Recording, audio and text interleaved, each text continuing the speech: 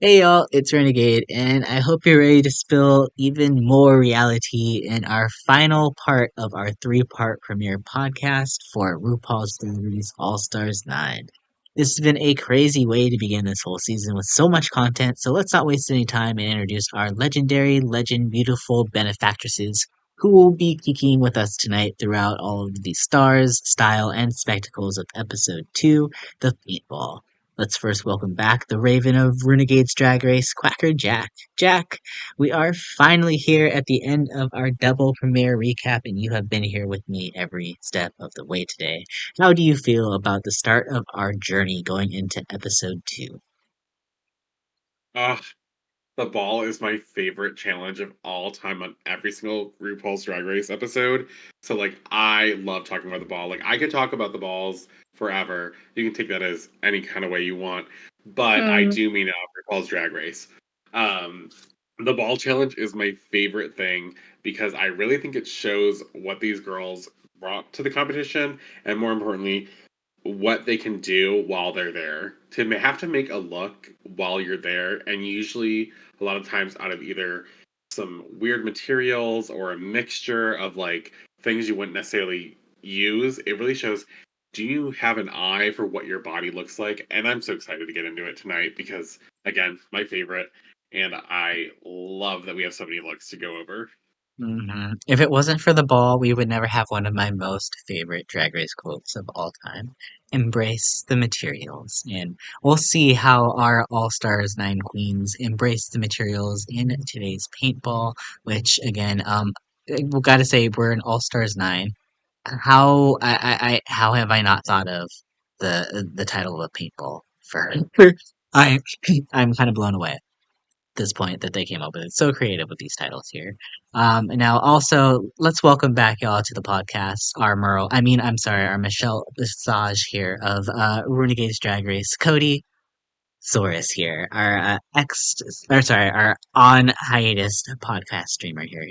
Cody, first off, how are you feeling tonight now that you are on your podcast journey here yourself? First of all, I'd like to say, how's it going? How's it going? Thanks for having me. I'm very excited to be here yet again to look over these looks and to talk RPDR with y'all. Um, I'm extra excited about tonight for the same reasons that Miss QuackrrJack had said. The ball episode is always so exciting. You're not looking at one look, you're not looking at two looks, you're looking at three, one of which you get to watch the queens struggle through half the episode trying to put together, and you really feel for them, and it brings it to life that they're not just showing up with all the looks, but that they have to get creative on the spot as well. Very exciting. Mm. I'm glad that the ball is happening a lot earlier in the season here because I feel like it's one of those challenges that we always love to see, and the fact that more of the queens are getting to partake in it, I truly love it.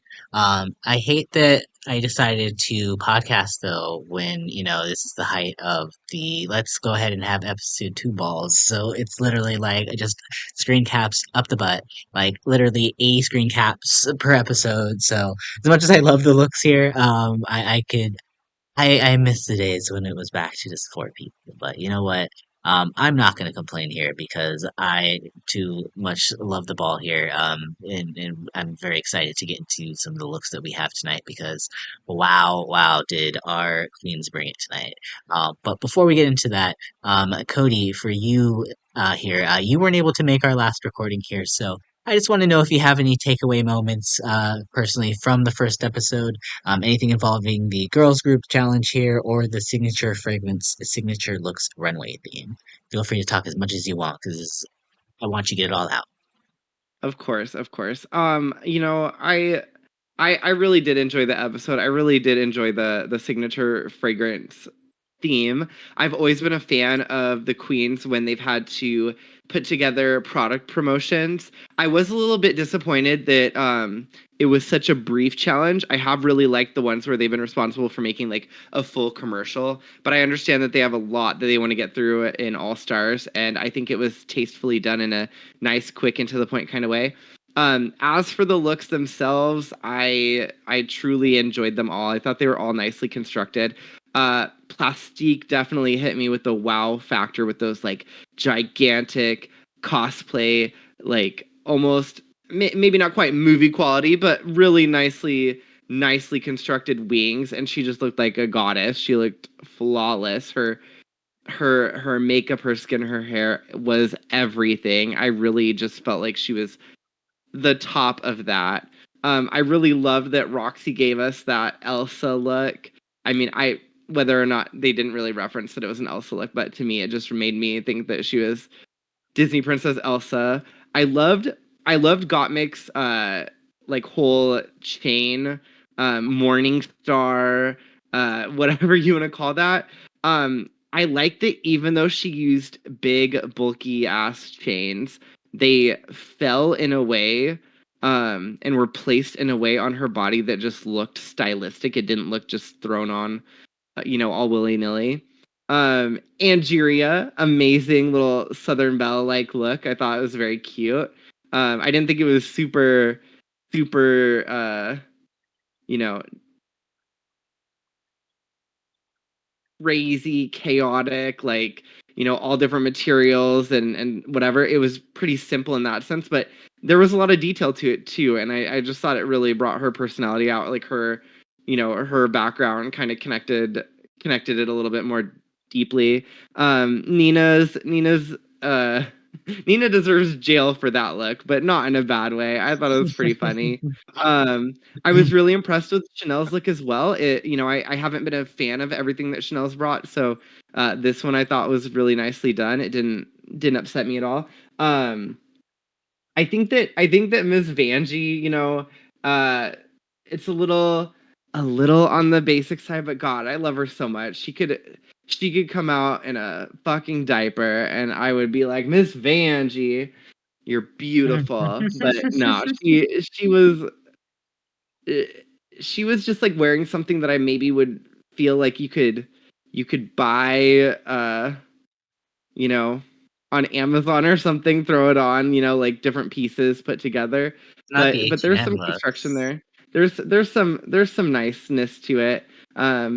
Just wasn't really my favorite look from her. And then Jorgeous, it was cute. It was cute again. I really want her to give us something crazy, something really detailed, something really intricate. Still kind of on the more simplistic side for her, but she still makes simple look great. I enjoyed everybody's, but again, Miss Plastique was my clear winner for this one.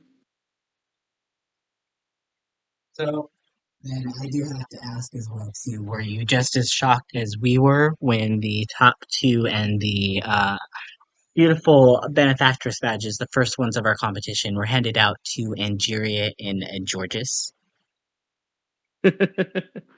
um, I I was not completely shocked, because, and I know I only really talked about the outfits, but um, I had said this when I watched it, live in the moment, that Georges really deserved that for being like the choreographer. Like they all did that performance so well, and I think that she really took responsibility for it. Really seemed like she was coordinating with the other queens to like, make sure that they understood the moves. Like there was some struggles there because she herself wasn't a very technical dancer. She, kind of admitted that she just kind of does it. And I related to that so much as someone that like, when it comes to being like artistic or doing certain things, like I don't always want to be technical. I just want to kind of like go with the flow and like, make it as it is. And if there's a proper way to construct it, I might find an alternative. And I felt like that's how she is with dance. She didn't have a the 8 count fully prepared, but she knew what she wanted. She knew what the final product was to look like, and she translated that in a way that the girls understood that no matter their level of dance expertise. So I feel like she genuinely deserved that one. And then Angeria, I mean, she did amazing as well. Like I thought that her verse was so well done in that performance, and it really stood out to me as kind of like the clear lead on that. She really commanded the room in that moment. And before they announced the top two, I in my mind I did say Angeria and Jorgeous, like, for sure. But I don't know if the edit led me that way, you know? I really don't know if it was like a subliminal thing, like they really just made it obvious it was going to be them, but I called them out before they were said, and I was right, and I felt really confident in that moment. So whether it was the edit or not, I felt like the right two were in the top. Okay, okay. Well, as far as everything goes here and how we kind of ending things off here again, Angeria and Jorgeous were given the first beautiful Benefactress badges of the season. Obviously, there are still many more to give out this season, so a great way for them to start off and get into our second episode. But we do learn here, if you do remember, and the biggest point I think of our opening here is Miss Roxxxy, unfortunately, was snipped here. Jack, I do understand. I know your perspective here, kind of we gotten into it last round here. But Cody, were you expecting Miss Roxxxy to get into or get blocked here so early in the competition, or do you think Angeria might have maybe should have made another move? I think that it made sense, because Roxy has the not I don't want to say the strongest track record, but she has like this like long record of being connected to, you know, the show. She's been doing drag for a long time, and I feel like, I mean, you could argue the same for Chanel, but I feel like Roxy, at least from my level of connection to the show, I feel like Roxy has just been doing more lately or is more well known. So from like just like a being a fan of the show, if I were looking at all of them, I would see Roxy as a major threat. Sometimes really because you just don't know what she's gonna bring. Like you can assume that Gottmik might bring some fashion or Nina might bring some comedy, but with Roxy, it's kind of like she has a good chance no matter what the challenge. Like just because she tends to bring a more elevated result, whereas some of the other queens, they might have a strong area, but if you go in and block, Nina, thinking like it's going to be a comedy challenge, and then they're like, oh, actually, surprise, it's a design challenge, then you just wasted that block because she wasn't going to win anyway. But with Roxy, it's like she has a good chance no matter what she's doing. She's really just an all-around queen, and I think it was the right choice, and I think she respected it too. So it kind of felt like a decent blocking. There wasn't as much drama as maybe some would hope would come from it, but I really enjoyed their Roxy's positive way of embracing it. I felt like as she teased back and was like, how dare you? It really didn't feel like she was malicious about it. It felt like she was trying to make the best of it and have a good time. And I didn't feel like any animosity between the two. I do think I think we all agreed here as well too that blocking Angeria blocking Rox is probably the smartest move here as well. So I think we're probably all in agreement with that. I think the edit is pretty clear on that as well too. That this is probably what we expected here. So as far as everything goes here, though, I think a lot of their talk in this episode is kind of surrounding Angeria and the fact that she has come out as a front runner just so, early here. Jack, I do want to kind of get your perspective on kind of now what you think Angeria, maybe her strategy should be given the fact that she has come out so strong in the beginning. And do you think it's a smart idea to, be just, out of the gates so fast and saying that, what, I'm here to compete in a game when everybody can kind of block each other at a moment's notice? Um, you know what? Yeah, I think it is the correct decision to try to win the first challenge in this kind of a scenario. No one's going to go home, so you don't have to worry about this like underlying what's going to happen to me. Getting blocked sucks, but if there's no risk of you going home, you haven't sabotaged your game yet, kind of thing. There's no real need to necessarily hold back per se. Not that again, I didn't really feel like Angeria should have been in the top either way, but she was, and that was the decision being made. And she made the right decision blocking Roxy. I think leading into this episode, given that she may be worried about being blocked, she maybe wanted to counter with, oh, like performance is like my strong suit. We just had a performance challenge, so maybe I'm not the best person to then block right away because whatever this next challenge is, it probably won't be my strong suit. And I doubt they're going to do a performance challenge right after this next challenge, so you might want to think about blocking someone else. That being said, though, this argument does work better for Jorgeous, and Jorgeous is the other one with the star, so it's hard to try to come up with an idea as to what the best way to persuade someone else from blocking you so early on when you get a badge. Now, the good news, though, is if you do get blocked early, then you kind of have that in your back pocket as like to other people, like, hey, I've been blocked already. Like, don't be rude and block me again. This is a charity season. Let's not be like that. Let's be sisters and let's, spread the love. So there's like ups and downs to each scenario. Absolutely. And one thing I think we brought up, just kind of a little bit in the last podcast is the fact that, I like compared to an All-Star 7, they were pretty fair about the blockings. They spread them around, pretty fairly here. So, Cody, do you have any fears for Angeria, kind of at least, initially here for how this blocking may, play for her, as the competition goes on here, given her strong start? This is something that you can really like try and strategize, but I think the reality of it is Jack's right. I think that they're going to space out the blockings a little bit. I don't think they're going to dogpile onto anyone unless they're just clearly winning, in which case if they are winning, then getting blocked isn't going to always hurt them that much. If one of these queens, is just killing it throughout the whole competition and constantly in the top 2, then they'll never have to worry about getting blocked, really, right? So they just got to keep, performing really strong, and they'll be ineligible to be blocked for certain weeks. If you're getting blocked frequently, then you're also not in the top 2 frequently, so you weren't winning either. It's only going to really become a problem if, let's say Roxxxy getting blocked first. So let's say Roxxxy wins the next challenge or whatever, doesn't get a star, and then, chooses to block someone else. And then the following week, that person, wins and decides to block Roxxxy back as like a revenge tactic. Now Bloxy.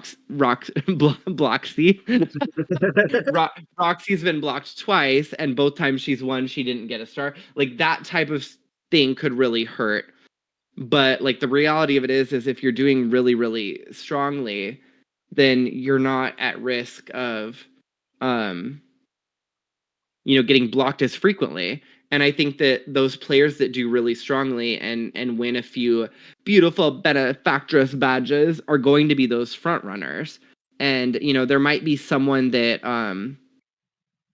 barely gets cut off. Maybe the blocking does make the difference between someone advancing or not. But when I think back to the legendary legend stars, I think there were clear front runners that the blockings didn't have a major impact on. Like they would still be there whether or not they were blocked for a week. So we'll have to see. We'll have to see if there's some more aggressive strategy or dogpiling or anything like that. But I think if everyone kind of spaces out the blockings and each person gets blocked, once here and there, and it's not like a all-out attack on Roxxxy for the whole season, then I think it's still going to come down to like who really just performed the best. It won't matter if they were blocked once. And I'm glad you actually brought it up too, because I kind of want to reverse the perspective here. Because I think one of the biggest storylines that we kind of were touching on in the very first episode is how it really feels like there's this big showdown set up between Angeria and Roxxxy.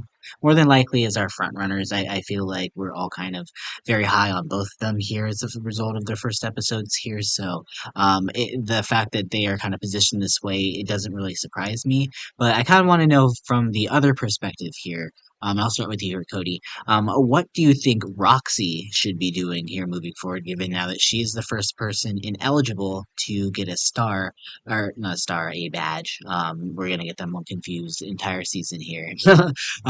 So, like, what do you think Roxy's plan of attack should be at this point? I think that Roxxxy, I mean, if I were Roxxxy, I'd be trying to get a win so I could block Miss Angeria back just to show that, I'm a threat and you don't fuck with me. But, that's just me. The reality of it is, though, is whether or not she wins, Angeria and, unfortunately, Miss Jorgeous as well, they already have that target on their back for just having the badge in the first place. So Roxxxy's kind of on autopilot. Like, I think the biggest thing that she needs to do right now is just to, kill it each week and perform to the best of her ability and try to win as often as possible. But whether or not she gets that win, I think that people are still gunning for those people with badges. And I think between Angeria and Jorgeous, if I were to pick the bigger threat, I'd think that the target's already on Angeria's back. And if you're in the RuPaul's best friend race, you're probably also aiming for Angeria because she's technically the one that threw hands first. So even though Jorgeous does have a badge, you could almost argue that, well, yeah, but she didn't block anyone yet. So let's block the person that's already blocked someone else. And that might be a nice little way to target Angeria over Jorgeous without seeming like you're biased towards one of them. Jack, do you have any thoughts here? Because I know, obviously, Miss Roxxxy is clearly your number one here. So I want to know what your thoughts on Roxy's position here at this point, and what you think Roxy's game plan is going to be as the season progresses. I honestly don't think Roxy's gonna change her game plan, and I don't think she should have to.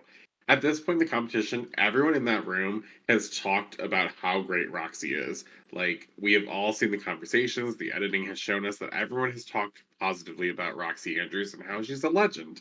And she should just take this as she does, as this is a compliment. I am being blocked because I am seen as tough competition. And she's right, she is.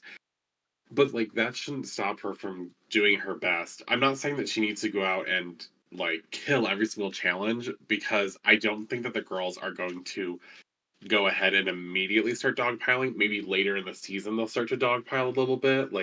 I don't mean to be rude, but if it were me there, I would think that there are some queens that I think are going to have a harder time consistently getting badges or consistently getting in the top. Not to name any names, but Miss Vanjie, for example, or Nina, um, they have certain strengths, but they have a ton of weaknesses too that are going to come up in the competition. They're not going to be able to constantly get back-to-back wins. So I don't think that there's much that people are necessarily worried about in that competition. That being said, it's always possible for an underdog to come back. But with Miss Roxxxy, she's here to play her game. She's still helping people. She's still just being herself, and she has not let this shake her at all. And that's the correct way to do it. You don't want to be seen bitter. You don't want to seem like you're too super upset. Shade, throw some shade, joke about it, have a good time, but don't let them see your cards. Hold those cards close to your chest, which is exactly what I think she's doing. I would agree. I do think Roxy's playing it very well. If this was Survivor, she's taking the blind side swimmingly. She's working her way back into the fold, as I would like to say. She's realized that, what, I may have made a mistake by just being Roxy Andrews. So I understand that's not going to change me. So I do think that, just like last season, I think it was Trinity, the tuck that ended up getting blocked first, if I remember correctly, by Shay. Took it in stride. It was very much so the right call, and then what happened? Trinity ended up getting to the end. So you know what? I don't think getting blocked once is going to hurt you. Especially as we learn later on. I mean, she does end up in the top two anyways here, so it's not like she wasted a star anyway or a badge. So you know what? Perfectly fine here for Ms. Roxy here going into this episode here as well. The last queen I kind of wanted to single out here is because they had a small moment at the start of this episode is Miss Jorgeous. She did have a few words to start this episode, saying that she felt that Angeria blocked her during the lip sync last episode, as well as saying very openly to Nina that she would have blocked her had she won. I was initially thinking, okay, Jorgeous, you are in one of the best positions here because you are underestimated, but you're also in the Monet spot because you also have a badge. Um, do we think at this point that Jorgeous is going to get her mouth is just going to end up getting her in trouble? Because I don't understand why she's said that. Or why she even feels that way. Like I didn't feel like Angeria was like blocking her during the lip sync. But maybe y'all have different perspectives here. Jack, how do you have any thoughts here on this? So I don't think Jorgeous thinks that far ahead or that much about like this scenario in which like I think she just wants to be like open and honest, and I think she really believes that like it's totally fine for her to tell like, you know what, I probably would have blocked you, Nina, because I just think that the next challenge could be something you're good at. And that's fair. She could have said that to anyone. Is Nina gonna take that well? I mean, I don't know, but if it were me and I was here playing the game, I probably wouldn't block Georges no matter what. Georges would have to be like getting a lot more favoritism from RuPaul in the season again and have to get like multiple badges before I really thought about blocking Georges. And like that's a possibility, but right now Nina is probably more just worried about like actually showing up and performing well because again, I would say that in most people's minds, Nina is a good queen, but is she a great contender for the crown? I don't know about that one. Like out of this like star-studded cast, it's going to be kind of hard for her to get all the way to the end. So, is it a wrong move of George's? Yes, 1000%. Is it going to affect things? Potentially in the future, but I don't know if Nina's going to take that so personally. I mean, I know Nina is emotional, but she generally has a good head on her shoulders for the most part. As long as it's not about like fashion, then she's fine. But then again, going to Georgia's like I mean, I don't mean to bring this up and be rude, but Georgia's also like didn't finish high school. So like I wouldn't be surprised if Georgia's isn't like the most strategic person in the world or thought that far ahead about like how do I play this game? Like Georgia's whole brand is poppers and marijuana. I don't think she's going to be like the number one strategist in the game, but that doesn't mean she's like completely out of the game either. She can still play. Mhm.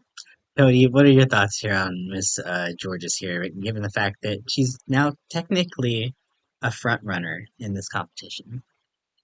I think that Georges and I'm gonna have to disagree with Jack, and I'm taking mental notes left and right here because I think you're thinking a little small game, my friend. Like we all have just established that like yes, Roxxxy is iconic, legendary, and absolutely someone to block to prevent from getting a a badge. But we have to also realize that a lot of these queens, like they're going to win and be in situations where, you know, if you're in the top 1 week, you might not be able to get the badge because you were blocked the previous week. But now you're eligible the next week to get a badge, and you might win 2 weeks in a row. And now you have a badge. For those queens that are like undeniably going to be in the top, like why fight them? If I'm looking at this thinking like, okay, my goal is to make top 3 so I can be in contention to be the next all-star queen, right? Like I'm thinking who and myself are going to be in this top 3. Is Roxxxy going to make it no matter what? Why block Roxxxy if she's supposedly the biggest competition? She's going to get there anyway. Why worry about being the fastest person in the race when you just have to outrun, you know, the slowest person? It's like that analogy about the bear. Like, oh, I don't have to be faster than a bear. I just have to be faster than the slowest person, the person next to me. Like in this case, why block Roxxxy, who's like a front runner and will probably make it to the top anyway, when there are people like Jorgeous who do have a badge right now, who might get another badge later, whether it's lucky or not. Now she has 2 badges.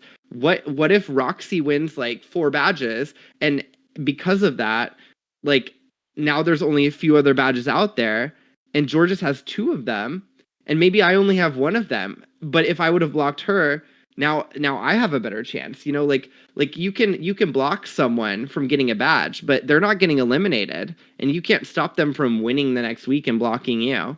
But like you need to think like, okay, how do I make it into the top 3? And if I remember like the legendary legend stars, Jinx was like at the top, right, with like 4 stars or something. Like you would never think like, oh, let's block Jinx because she's doing so well. You got to think, who do I have to block to make the top 3? Who do I have to block to make it to the top, to make it to the end of this competition? It's not going to be the person with, 5 stars that's going to be there no matter if you block them or not.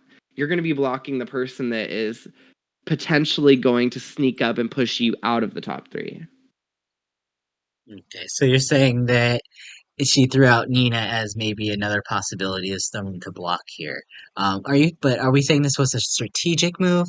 Because to me, this just seems like it was Jorgeous running her mouth, and it may have possible strategic positives here. But I don't, I think I kind of agree with Jack that I don't know how meta she is. I don't think she watches Survivor. So I don't think she watches Big Brother. I don't think she really watches any strategy things, or maybe doesn't even play video game. She doesn't strike me to even play board games. Even games on her Yeah. phone. I don't get that from like, Her I'm sorry. Georgia. There's just, I don't Okay, get okay, I don't okay. get gamer from Georgia. So I'm just is this what my I think the question is this is because I see her point here, but is this something she's doing strategically, or I don't is I this don't just think it's happenstance? I don't think it's any more strategic than when the girls say, um, you know, who doesn't deserve to be here? Well, if I were to pick a name, it would be this person because she's my biggest competition. Like I think Georges was just saying someone that she would block that like she's not threatened by, that she doesn't think is going to take her too seriously, that isn't going to be gunning for her. Like she's saying that to like stir up a little drama, but I think she's mostly actually trying to stay under the radar. I really don't know why she said that, and you're right. Like it's not the most congenial thing to say, and it's really there's no reason that would help your competition. But yeah, I didn't take it as too much. I think that if anything, it looked like she was trying to say like, not Nina, you're super fierce. I'd be blocking you, almost as like a compliment. I didn't take it like a she was really trying to stir the pot or create drama. It was almost like a, ooh girl, no, I'm afraid of you. I'm not afraid of Roxxxy. I'm afraid of you. Like it's just a way to like gas her up. I don't think it was malicious. But it still might bite her in the butt. Who knows? Nina might take it personally, but I didn't get that vibe that it was much more than that. I mean, like, to be fair, I don't think they made a big deal about it either. No one else talked about it for the rest of the episode. I just thought it was something funny that kind of happened here that I wanted to talk about here. So, Sure. I mean, Miss Georges is in a good spot here, so no one can take away her badge. So, a very kind of fun start here to the episode. A little, I wouldn't say more dramatic than I was kind of expecting here because it's not very much drama, but there's a little tension here at least. So, I'm glad there's that. Um, then we find out here for this episode again that it's everybody's favorite challenge, the ball, and we get 3 different looks here, which we'll get into a little bit later here. But their main look here is the paintball eleganza, and they start with a blank white canvas, and they have to create a gag-worthy moment garment, and then paint it for the gods. Enter lip smack here because I can't do um, now, a lot of the drama this episode is just based on, the garment building, and there's a lot more storytelling and backstory that we get from the queens, I think, than actual drama. There is a little bit of strategy that I want to talk about a little bit later, but I kind of wanted to get into some of these backstories here. Um, Especially because we learn here from like Plastique that she's feeling at her most powerful Asian woman energy at this point in time here, which I think I agree with her here. Well, Vanjie also kind of reveals that she would rather be working at Petco with all the animals. So, but I think the biggest thing we learn here is Chanel.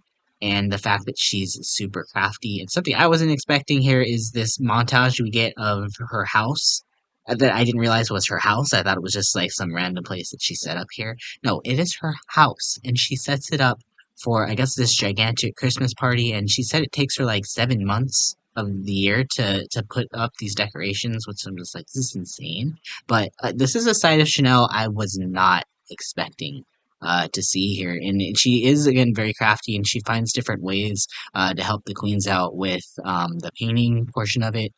So Chanel is kind of coming in here and trying, she's doing her best mother role. I think she's, if she had any perceptions about her in their first season, which maybe slightly the bitch, maybe slightly arrogant, maybe slightly, selfish. I think Chanel, for me, is really proving all of that wrong here. Maybe that just has to go with her age. But I'm glad they're not pushing forward with this narrative here that Chanel is still like super cocky. But I wanted to hear what your thoughts were on Chanel. Jack, I want you to go here first. So it's no secret. I love Chanel.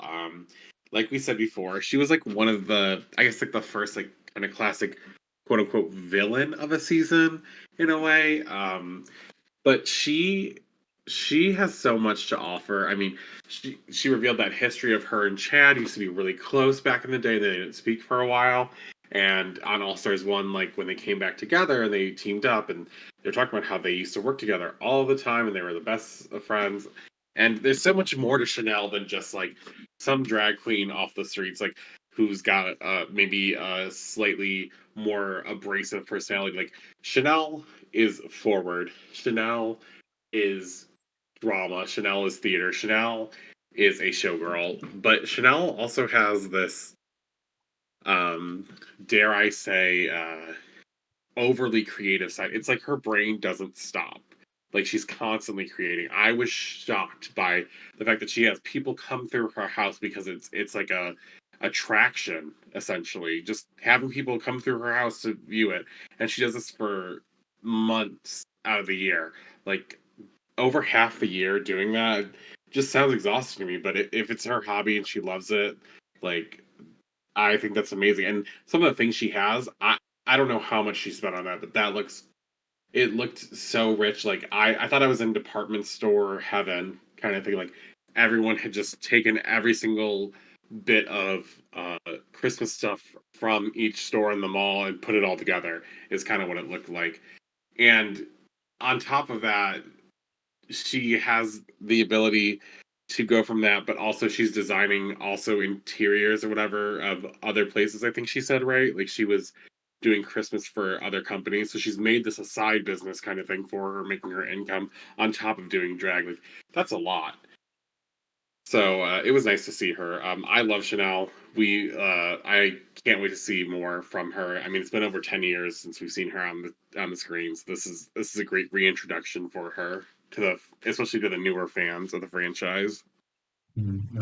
Yeah, I feel like she's just showing just so much depth and just so much more character. This, or at least the editors are giving her more depth to character, I should say, this time around here. So, this is why I don't mind them bringing back some queens, multiple times here. Especially people like Chanel. Like I've always been a fan of Chanel since the moment I saw her on season one. So, to get her back on our screen again almost 10 years later just feels like such a gift, and just like the Christmas decorations that she's putting out here. Cody, do you have any thoughts here on what we've been learning here about our queens, especially Miss Chanel? I do, and yes, Miss Chanel girl, I'm sorry I called your entrance look lumpy. Please invite me to your Christmas party. I want to be there. Mhm. It's so nice. You That barred house, now. those vibes, Chanel. I will apologize to you You publicly ain't after getting I receive no my invite. invitation. Invite me. It's so such a cool thing. I That was like the first thing that really made me genuinely like want to know more about Chanel. Like I was not a fan. Not because I disliked her, just I was indifferent, and I that really like sparked my interest. I thought that was really cool. I was like, that is something like I love Christmas. I love decorating for Christmas. Like that is like some next level stuff that would be really fun to see, to be a part of. So yeah, I got a little bit more invested in Chanel as a competitor after that clip. I think it's such a unique opportunity again, and I think it's something that like only shows like maybe like the challenge. have going for it because they do bring back people like multiple times, like sometimes far too often. But then you do get some characters with like these multi-story arcs. Um, from season to season, and like I still could think to this day like watching the CT and DM storylines live and just like CT just generally as a reality TV character. I don't know if you watch anything about the challenge, Cody. I know you do, Jack. But CT generally has I think become one of my favorite reality TV people just because he's had this opportunity to have this growth from the bad boy that literally beats the shit out of people in like this scary Hulk monster into literally like one of the most caring and loving like father figures that I think I've ever seen in on TV in general. So I think there is a benefit here again that we get to see these people on multiple occasions because we just get to see so much more about them, and I think I'm kind of. I actually wouldn't mind them just doing like even a side series where we just follow up with queens or something stupid like that. I don't know, but it just feels good to keep bringing people back. So I wouldn't mind again bringing Julie back again for an 18th time. I'm here for it. So um, things like that are I think just small things that I really appreciate about the All Stars franchise here. So um, other thing that I kind of wanted to bring up was there was a funny moment because Angeria, I think she starts to feel a little not confident while she's making the garment here because I feel like there might be a lot of pressure on her given that I think there might be a lot of talk surrounding what a threat she was last week. So I think she kind of screws up her first look, or maybe she's just worried about how it's going to turn out. So she ends up making a second look, and while she's working on the backup look, she decides to voice out that she was a Jinx Monsoon fan, and she used to have a lot of fights with her drag mom over season 5 because her drag mom was a fan of Roxxxy. And it's kind of funny she says that at this time here because it looks like I don't know I don't think she took it personally, but I also think that it kind of stuck in the back of Roxy's mind that she's like, okay, well, maybe this could be like semi-personal here. Do we think that Angie may have stuck her foot in her mouth and could possibly be a target for Roxy in the future? Cody, I want your thoughts here first. You know, I was watching this on the couch, last night, and that made me feel like things got awkward in the room. Because I feel like before it was like obviously a no-brainer. It was like, this is what we do. It's a competition. It's nothing personal. You're a threat. I picked you. I had to pick someone. It's not like I could have just said no thanks and it happened to be you. But then that story, was brought up. I was like, why it was brought up, I don't know. I would have never said that if that was the case. But like if that's your way of like connecting with Roxy or something, essentially just saying like, I used to watch the show. I wasn't a fan of you. I actually really like this girl that you kind of like. You and your friends like were like kind of known for like bullying essentially. Like I mean, I don't think we know the full story, but like the edit it definitely made it look like Jinx was like this outsider and like um the trio of Rolaska talks. And so I feel like in a weird way, Angeria saying like, I was a fan of the show at the time. I wasn't a drag queen in that moment. I was an audience member. And in that storyline, I did not take your side.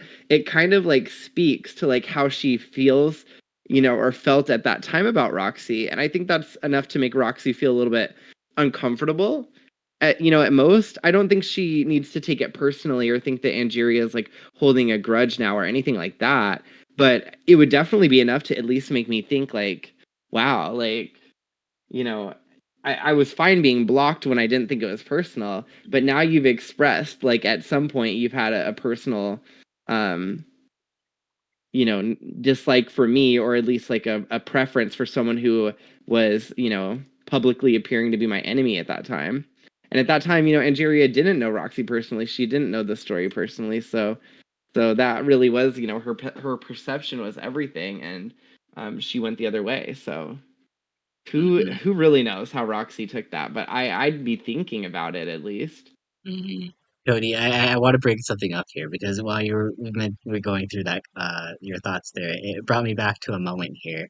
Do you remember when we were at the Blurt VIP party and I saw Uh-huh. Dan Giesling there and you were like, you should go say hi, and I was like, you know what? I do want to introduce myself to Dan. I do like Dan. I respect his game a lot. But I was a fan of Keisha.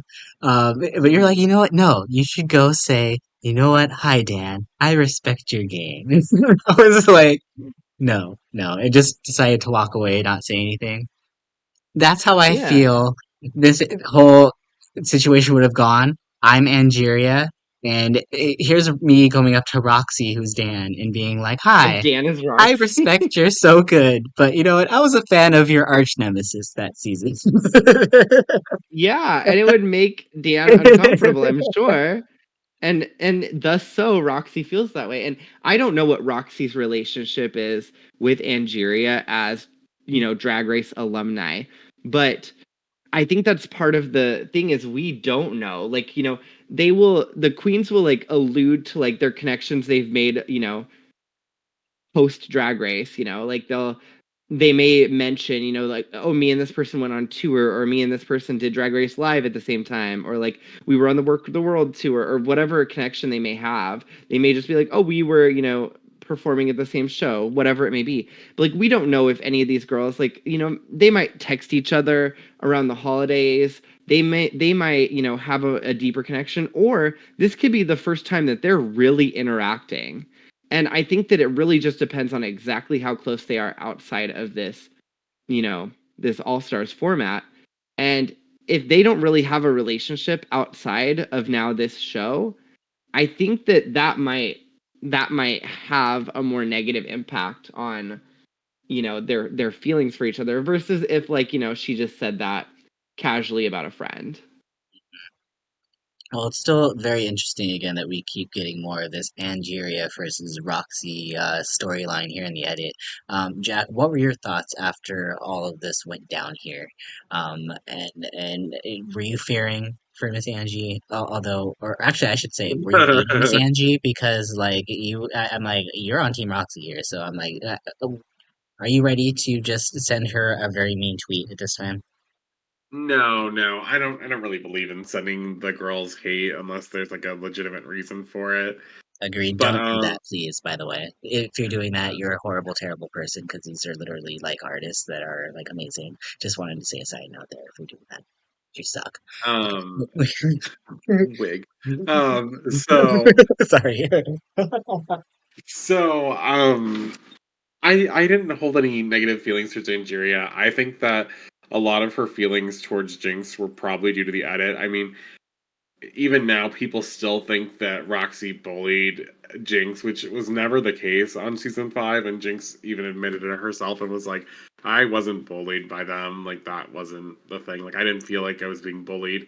And I was like, okay, good. Like I love to hear that because I I don't think really that like Roxy ever was really bullying, but like I know people were mad about the fact that Roxy said to Jinx, like, what was your favorite part? And she said, when you were in the bottom two. And I was like, that's fair. Like, you asked the Iconic. question, she answered the question. I'm so sorry if you didn't like the answer, but if you ask a question, you can't be upset if the answer is, you know, like is just like such an honest answer. It's like, do you want me to answer the question or do you want me to just like blow smoke up your ass? Like I don't know. Like so for me, I wasn't upset with Angeria. I wasn't feeling any negative feelings towards her. I just thought it was awkward. I was like, "Oh, girl, like I'm not sure that you wanted it to go this way." But the thing is, Roxy is actually like a truly kind person. You can tell from everything she does and how she talks and how she helped all the girls out this season alone already in the workroom. Like she probably has no ill will towards Angeria about the things she said. She probably gets it all the time. And honestly, this is probably one of the most tame times someone has said, I was a bigger fan of Jinx than you. Like that was probably one of the most tame experiences she's ever had with someone saying that to her. So I'm sure she wasn't like really upset. If anything, I think it was much like the Georgia situation before. Maybe a little bit much so. just because it was the one that or Angier was the one that initially blocked Roxxxy here. I don't think it was personal at all. I don't think she's taking it personal either. But it could be something that she's just like, okay, let me just note that, move on. I don't think Roxy would ever retaliate. I don't think we're going to see, season five Roxy ever again here. I think you're right, Jack. I think she has genuinely, learned from her experience here, and she is a better person, and she is, just it's so mothering to the rest of the group. I mean, we saw her help people with outfits this episode, so I don't think there's any ill will there for Roxy, but I just think it's cute that they're trying to continue again to play up this Angeria versus Roxy storyline. So again, I'm still thinking that these two, one of the two, is probably our winner. Because obviously, why would they get so much attention? But going back to Chanel here for a moment for one last scene here that I want to kind of discuss, because it actually, for the first time here, we get into some, I think, more deeper strategy conversations because the rest of this episode I think is kind of devoted to how there are just natural cliques that are starting to form here. As we were already introduced in the first episode, we did see Angeria and Jorgeous kind of click together because of them being in the same season. Then we heard that Plastique and Roxy, which again was surprising to I think a few of us, that they were a clique based on the fact that they had met each other earlier working in Vegas. So they're the dolls. Then this episode, we find out here that Gottmik and Vanjie are now a thing, and also Chanel and Nina kind of have paired together, finding things in common. I don't think they are just kind of latching together because they are, the two left out. I think they do genuinely. I mean, they are two of the oldest queens. The two oldest queens. Makes sense. Their age range that they would, click up here. But Chanel clocked it. I'm not sure if anybody else has said anything about it here. But it's very interesting that she is, kind of on it. And as someone who is part of our Survivor podcast here, Jack, what are your thoughts here? As things kind of, break up a little bit naturally into these pairs. Um, I think I think it's good to have someone in your corner. I think it just kind of made sense, right?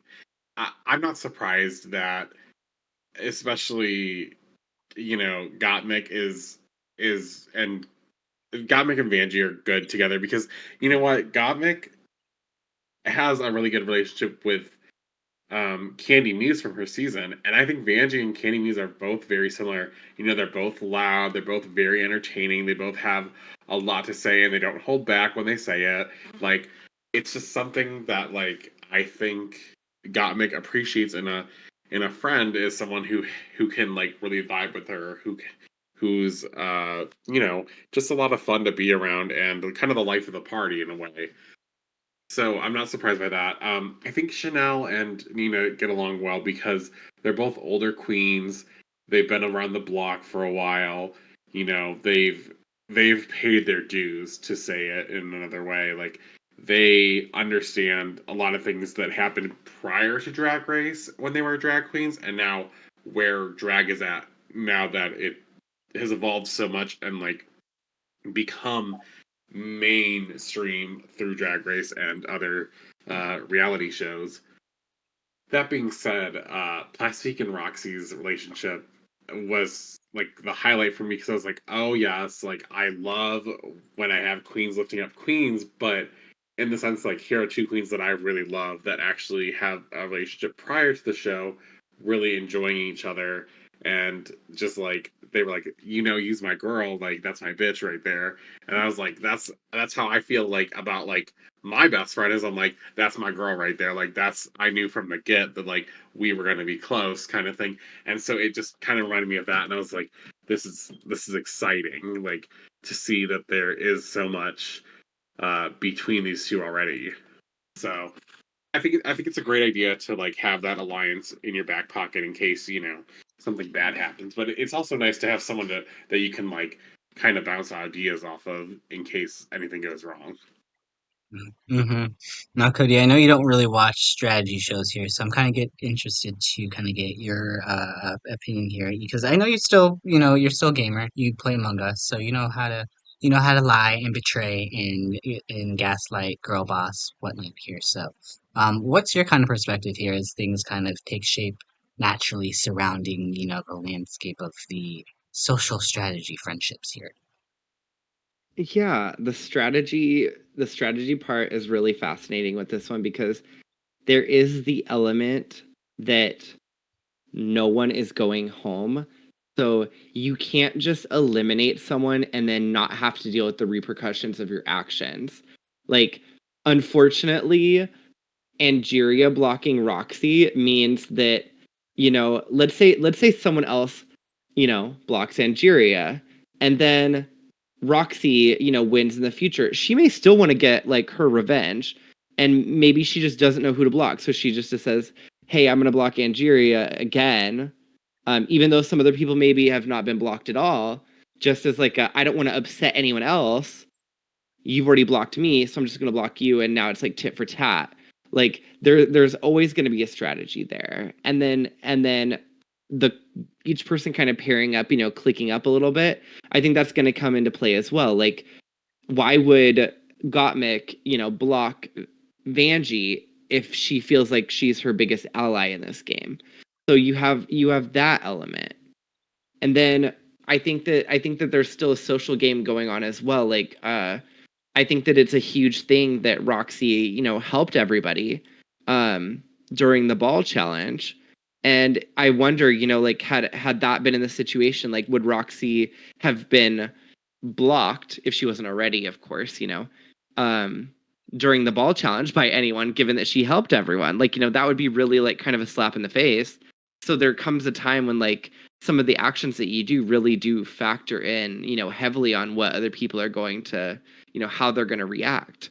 And I know this doesn't really like tie into the question too much, but I also really wanted to address the fact that, we've seen other queens, help each other in previous seasons of Drag Race. But one thing that I really stood out to me this season that I had never quite seen before is how, you know, instead of it being a season where it was casually thrown in there as fuel, Nina went ahead and said, Roxxxy had helped me. Roxxxy was helping everyone and gave her, that credit. And it was done in such a tasteful way. And everyone just kind of agreed. It wasn't like anyone gave like some stink eye or anything. And I really, really valued that, both from Roxxxy being a helpful queen and also Nina making sure that it was known to the judges who, they obviously they'll see it in the edit, they'll see it at the end when the show airs, but like it's really important to know in that moment as well when they're making those decisions. So I don't know. I really like that that as much as there is going to be some drama, there's going to be some competition, and strategy is always going to come into play. There's a sense of professionalism and connection with the All-Star sisters that I feel like the battles aren't going to, ruin their relationships outside of this competition. I think that they're equally competitive as they are professional, and I think that we're going to get some drama and some storylines, and there might be a little bit of beef here and there, but I think they just handle it differently because they all are key players in this game and in this franchise. Whereas um, when everyone's coming in fresh and new, they haven't earned that credit yet. Mm-hmm. I do have to ask of the pairs, because I think Jack mentioned Plastique and Roxy were his favorite. Do you have a pair that you're rooting for out of the four? Of course, yes. It's got to be Gottmik and Vanjie from just a personality standpoint. I think Gottmik is definitely gonna, carry that team in the, not that they're teams or anything, but in like the fashion sense. And if there's any challenges where they get to pick their teammates, I think the two could really kill any kind of like comedy type thing. And I think that Gottmik is so strong, and Vanjie provides just that extra support and comedy, and in a sense that I think they'll really help each other succeed. Um, yeah, I don't know. With everyone being so strong and has like kind of allied up with someone else that's also strong, like I think they're really going to be able to help each other, and I don't think that there's any pair that I'd look at and just think like, oh, that's like, the flop squad or anything like that. Um, but I will yeah, say it's I kind of think that funny that another season Chanel is in, it ends up with Paris. She's back for All Stars again, and there's Paris again. I think Chanel's yeah, doing it. I think it's her on production.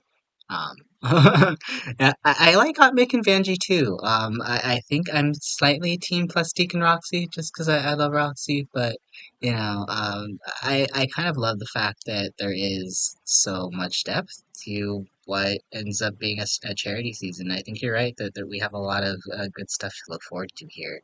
We're actually about an hour in, and we haven't even got to the runway.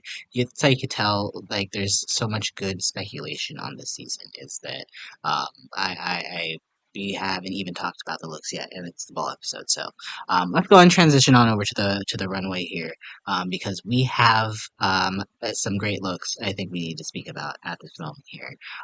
So first off, we get to guest judge Stephanie who at first I was like, who is she? What did she do? But then I totally forgot. I did watch, everywhere or everything everywhere all at once. I swear I did. I haven't watched it again, which I need to rewatch it since first time I saw it. But I swear I've seen it. I think Cody, you were there when we watched it, right? I think we watched it together. Um, I know who she is. I promise. But anyway, I've let's never get. seen that movie in my life. Don't lie. Don't lie. I'm gonna edit this out. You're terrible. I hate you. Anyway. So we do get to our runaway here. So let's go ahead and we'll run through each category one by one. And what we did prior to the podcast is we did rank every single look. So we're gonna actually go through each look based off of our collective least favorite to our collective favorite. And if there was a tie at any point with some points, I gave the look that was collectively ranked at the highest ranking. So if it was like if somebody had a number one ranking, somebody's highest ranking was number two, I gave to the person who's number one over number two. So, with that being said, we'll see how our rankings kind of match up overall to the overall judges' rankings. See if there was any riggery afoot this episode, because I know Jack is going to die if he does not call riggery possibly once the podcast. So let's see if he gets to say it this episode. Um, Now, our first category here, which is Mono-Chromatica, which is they get to express themselves in a shade of your choice. I never get old or never get tired of these kind of categories where someone kind of gets to pick something a little different. Like, it's one of my favorite things. It brings me back to like Top Model, where they were all like, model stereotypes or something like that. So I kind of love them being able to pick something, a general category and then pick something in it. So, um, colors, always a great category to go with because there's so many ways you can kind of go with it. And I think we saw some fantastic looks here. But let's go ahead and start out with the look that we collectively ranked the least favorite. And Cody, I'm going to let you have the honors, starting us off here with Nina's Two in the Pink look. What were your thoughts here on the look here that we ranked collectively lowest for this category? Oh my goodness, Nina. I the li- God damn it. This look, first of all, I like the ingenuity of this whole like drop paper thing, like some sort of level of technicality went into that, but it just felt like there was so much work put into that like the outfit itself was like an afterthought, but also it was an afterthought. Looking at just the base, like it reminds me of one of those like Zentai suits you can order on Amazon, like if you want to like create like a Power Rangers outfit for Halloween or something. Like it's just very like uncomfortable looking almost. And then I really just don't like how the fabric is laid out, how it falls. I don't enjoy the oversized hat. I feel like I think back to, didn't Morphine wear a hat similar to this, but like it was structured so much better and it just looked so much prettier. Like this one just is not doing it for me. If this was a two in boot situation, it'd be getting the boot. If this is the if this is the golden boot, like Soviet, like it is just not doing it at all for me. It's I gotta don't know if I'd go. go golden boot. I don't know if I go that far, but it is kind of giving me It's like rough. Christmas tree, but make it pink. Like it's just something about Nina that I wanna love her, but I'm also kind of like ugh. Is that she is going to overthink a lot of these categories where she's going to try to be really, have things that are really deep in meaning, but I don't know if it's going to be visually the most appealing thing. That's what this is here. Like I just, it's. Jack, what are your thoughts? Because I can't Uh, verbalize how I feel. okay, first, correct me if I'm wrong, but didn't she say that this had something to do with the pink triangle that has large emphasis in queer culture? Yeah, she said it's a I, celebration of the queer identity, but I didn't get it. But I I'm thought she said also, something about it representing coming out of the closet, like with like her appearing from underneath this piece of printer paper that is dangling from her fuzzy headdress. Um, okay, so the message was like a great choice to start with. It was a great idea conceptually, right? Like, let's start with this. And then it went so far off the rails. It was like, I don't know who designed this, so I'm not trying to be so rude to this person, but I just want to let you know that this is very, very not good. This is upsetting. It makes her body look weird. It's not well thought out or like uh, I don't understand how she just wrapped a piece of fabric around her waist for the cinch, I guess, or whatever that is supposed to be, and this huge hat with not even being able to see her face, and it doesn't. The hat is kind of okay. It could have been cool with like a different outfit underneath, right? Is it? But, it could have been. It could have been. There's so much it could have been, right? There's so many elements here, yet it's so plain at the same time. Like it almost looks like everything falling off from her hips downwards. It kind of looks like fungi that like went off in like a tree or something. And I'm like, cool. But that is not what she meant it to be, right? That's not at all what she meant it to no. be. Like it's not supposed to be a tree with fungi. You can tell that this girl likes the color pink, maybe. Like, I mean, there's so much wrong with this outfit. It is so bad, and the worst part is like, why all these uncovered parts where you're just a pink like spandex suit? Mhm. Like, what is this about? And she just doesn't look great. The only thing I can say positively, I think, here is the fact that she's straight up, you know, maybe she did a good job of proportionizing the headpiece so her shoulders looked really small since that was like a big thing that they talked about on her season before. But honestly, it's just bad. It's so awful. And I'm not trying to even hate, but it's giving it might not be the golden boot of the season, but it is so bad and it is so wrong. And it's not one of those it's so wrong, it's right. It's so wrong. And I think she should burn it. I think whoever made this should maybe think about like how it's going to look on her body specifically, because maybe this concept would have worked for someone else, but it definitely did not work here. I don't know if this was a rush order. I don't know if she just felt like she wanted to steal a bunch of Rush fabric order. and like bundle it up and like that was going to be cool. Like, what was the point of it? And when you have to explain the concept so much to us, because there was no way anyone was getting the pink triangle from this. Girl, it was a flop. It was a fail. Like, next. Like, if it hadn't been eighth place, I would have lost faith in all three of you, been allowed to judge anything ever. I would have been like, you know what? You can just, everyone has an Wow. opinion, but this is just wrong. Okay. Well, Yeah, this is hard to look at. And this is what I really wanted to talk about here. I might rush through a couple of these next few just because they're obviously at the bottom of our list, so they're not too exciting here. And there's a few I really want to make sure we talk about. So we have at number 7, Jorgeous with her weed look. Don't get me wrong, love a reference here. I love her holy couture look. This is not that look.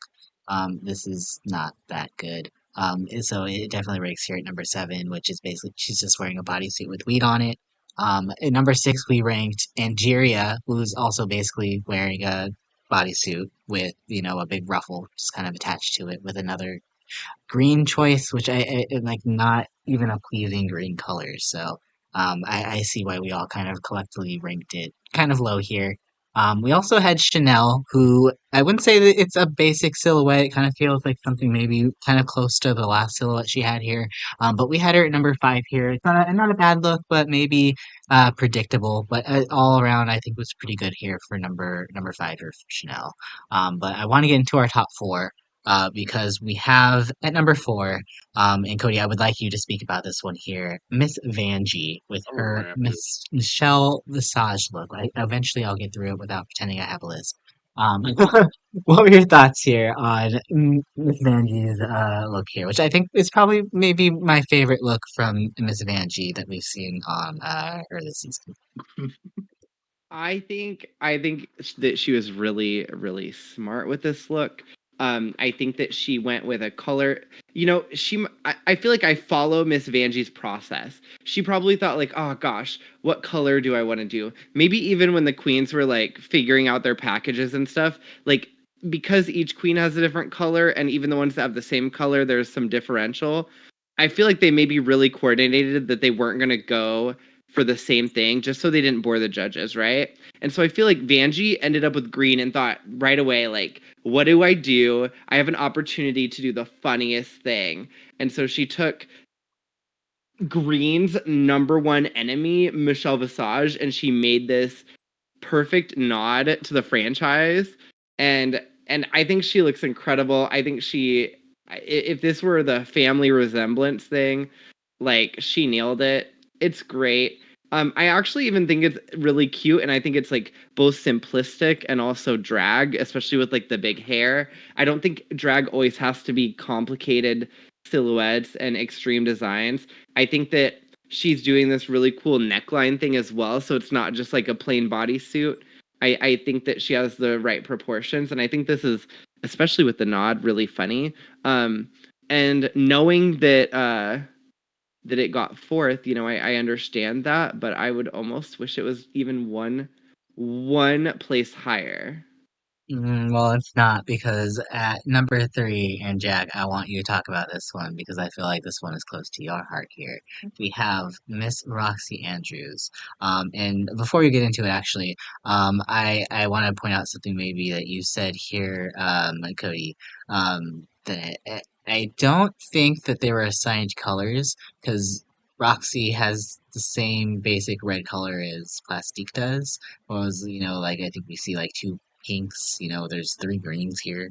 I think they got to pick their colors. So, just my thought on that situation there. But what are your thoughts here, Jack, on Miss Roxy's red look here? Because I personally really thought the red ropes had a very cool accent to it overall, and I love the peekaboos that Miss Roxy always does here. But want to hear your thoughts as our number 1 Roxy expert.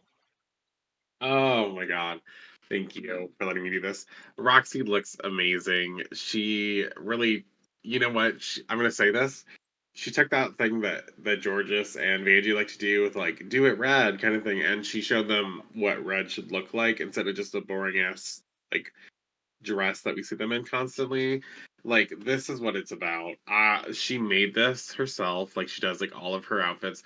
She did the red hair, which I really appreciated in this because some of the girls took a liberty of not going the same color hair, and I think that's totally valid in certain scenarios. But this really went well because she added the like silver accent to other places to give it like, the nude illusion, the silver accent, the red, but everything is red, you're focused on the red, even the makeup of her eyebrows, red. Like, it's these little details that Roxxxy Andrews understands that a lot of the other girls maybe aren't just there quite yet. Like everything here, we're looking at a structured, like artistic look. We've got these knots, we've got this like a rope looking almost from the fabric. It's all supposed to be wire. It's giving something to like really fascinate you. Even if you're not a huge fan of this look, it makes you think. And I think that's an important part of when we talk about art. Some of my least favorite art is because I don't think anything about it other than it's trash, or I just don't think about it, right? Like and then we'll get into it because trust me, one of my least favorite pieces of art is in this season on this runway. I talk shit about it every single time it happens. I swear to you, but maybe it's a coincidence, but I love what she did here, and I love the little silver accents. I also have to say, she was my number 2 of the week, but red was a great color in comparison to its counterpart green that kind of suffered highly this week. I just want to point out really quickly, as far as the other queens go, Vanjie was my number 5. And though I think Vanjie's look was fun, it was way too basic for me. But she won the green category because what Angie and Jorgeous did just didn't excite me or wasn't correct in a way. Like, I mean, and for Jorgeous, if you're going to do a weed outfit, we've seen it so many times. How are you going to come up with that when we've seen Sasha Colby? I'm just saying. Please to God, like someone say that. And also, shout out to Chanel, who had a great look, clearly won the pink category. I mean, there was really no competition, but technically we have to say there was. I really loved how she kind of looked like a fairy. There was like almost looked like she was a bow, but it was really just wiring intricate, and those ostrich feathers, just that little bit of touch. She looked amazing in my opinion. I think she deserves some recognition for that on this runway.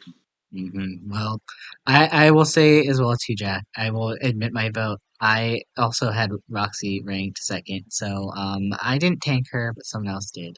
But I will say I might have tanked Angeria because I did not like Angeria, so I didn't I either. will It's be fine. entirely honest there. But you know what? I'm gonna go ahead and let Cody talk here just in case he wants to rebuttal.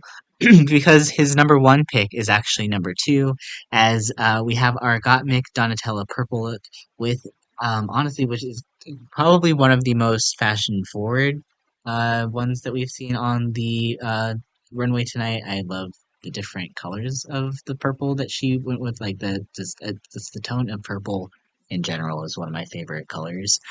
So anything purple generally loves. I generally love it anyway. So I had this one ranked pretty high. I actually had it ranked third. But Cody, I want to hear why you love this Gottmik look so much here. Okay, I'm happy to move on from the Roxy Andrews dumpster fire that Jack just tried to defend in any capacity whatsoever. To begin talking about Gottmik's iconic look. I mean, if you If want we're to ready defend for that. yourself first, feel free, go to. Do it. Oh my I god. yeah, I mean I thought I heard the word rebuttal in here, but then we just moved on. Yeah, rebuttal and then I talked about later.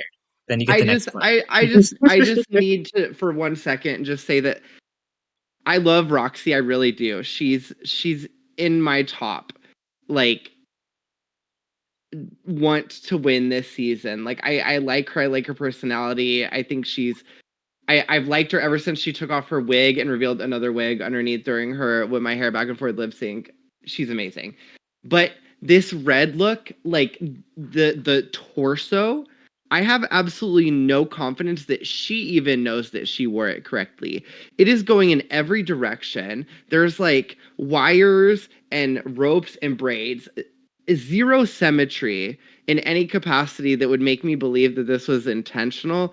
There's things kind of flailing off of it and around the shoulders, and it's just too much. Like I think she could have taken some inspiration from this and done something a little bit differently, but the way she connected it all is like giving that like she didn't really even like structure it. She just like had a bunch of parts and was like, you know what, I'm gonna do art right now. And she just started like sewing and tying and connecting things all haphazardly. It makes no sense. I think that it's so severely overranked for this category. Like I don't remember exactly what order I gave you, You but gave it like 6. this was a bottom for me. Like and after looking at it, like I mean, when you look at Nina and you look at Jorgeous, like it's really, really hard to be worse than that. But at least there was some symmetry and design to those looks. Like Roxxxy's really just doesn't make any sense for me, and I feel like Let me she just maybe say, got like because I'm the going to interrupt you here on this, but the symmetry part, one, you don't have to have a symmetric gown for it to necessarily no, like you make don't. sense. Two, I think it's very clearly here that she has like on the right side of her garment here on the top, it's much more heavier, and then on the bottom left side, it's much more heavier there too. So there is somewhat symmetric in the fact that it is asymmetrical that way. If you look at it in that perspective there. I think it's So really pretty with the leg I'm just slit. gonna So defend that. So everything below her hands and above her neck are great, but like that whole middle is just a whole lot of nope for me. But yeah, let's move let's on. agree to I'm sorry. disagree. Yeah, let's agree to disagree on I I just am baffled by that. this look. If this let's no. agree. Yeah, Anyways, let's go. Tell us about Miss Gottmik. Let's not dull her shine here, okay? Miss Miss Gottmik deserves Gottmik her moment. deserves It's her time. she deserves such a moment for this look. Can we just clean the slate for a second? Refresh to a more positive vibe. First of all, just the way she looks, her makeup, like the looks, the stares, everything about this, how she portrays this outfit is amazing. The way the hair is slicked back, and although you can't see it, like you can kind of tell the flow that continues to go through underneath the hood is amazing. The way that although she's monochromatic in the sense that her look is all purple, she chose to go with different textures, and the corset is like a more metallic, different purple. It adds this like depth where like you can still be monochromatic without being boring. And a lot of these looks, like, they really stayed almost single toned. Like Roxxxy's look, all the same red. Even though I loved it, Plastique's look, all the same red. Vanjie, pretty much primarily the same green with a couple of accents. Um, Nina, like, she has different textures, but again, it's still the same pink minus that belt, which I'm not really sure she even, intended to have as part of the outfit until she realized maybe that she needed to like cinch a little bit. Um, Angeria, Jorgeous, like all single color, really, not a lot of difference in the green throughout. I know mono means one, but like I don't think that really applies to how you present that one color. And I think Gottmik did it perfectly. I think that it's like high fashion. I think that it's drag. I think that it's a beautiful display of this monochromatic purple. And I think that she definitely deserves, top 2 for this. Jack, you had Gottmik ranked pretty high too, I think, in your upper half here. What were your Yeah. thoughts here on this purple look from Miss Gottmik? So it wasn't my favorite of the week, because you already know who my fave is. But I really enjoyed this look. I love the callback to Grace Jones, obviously, that Miss Gottmik is giving. The only thing that I really had an issue with, and actually, let me start off with more positive first. Uh, I need to talk about Gottmik's makeup as well. Is going to always be good because it's Gottmik, and if it's not good, I'm going to have an issue because we know what she can do. And I was really happy that she didn't do her white face for this because I thought it was really important that she's like continue to uplift this color and just like make it about it. So I was really happy with this. My only real issue I see is maybe the corset. Like, I think it is fine color, but I would have probably chosen a different shade of purple for this. And the I think it's like a boa feather thing in her arm with her purse. I don't know why that's there. I think it just makes the outfit look busy. And I think that can just be taken out, and I think it would make the outfit stronger. In fact, I don't think she needs anything in her hands. I think there's enough statement throughout her outfit that anything in her hands is kind of distracting from this for me. And I don't think she needs a bag. I don't think she needs that boa.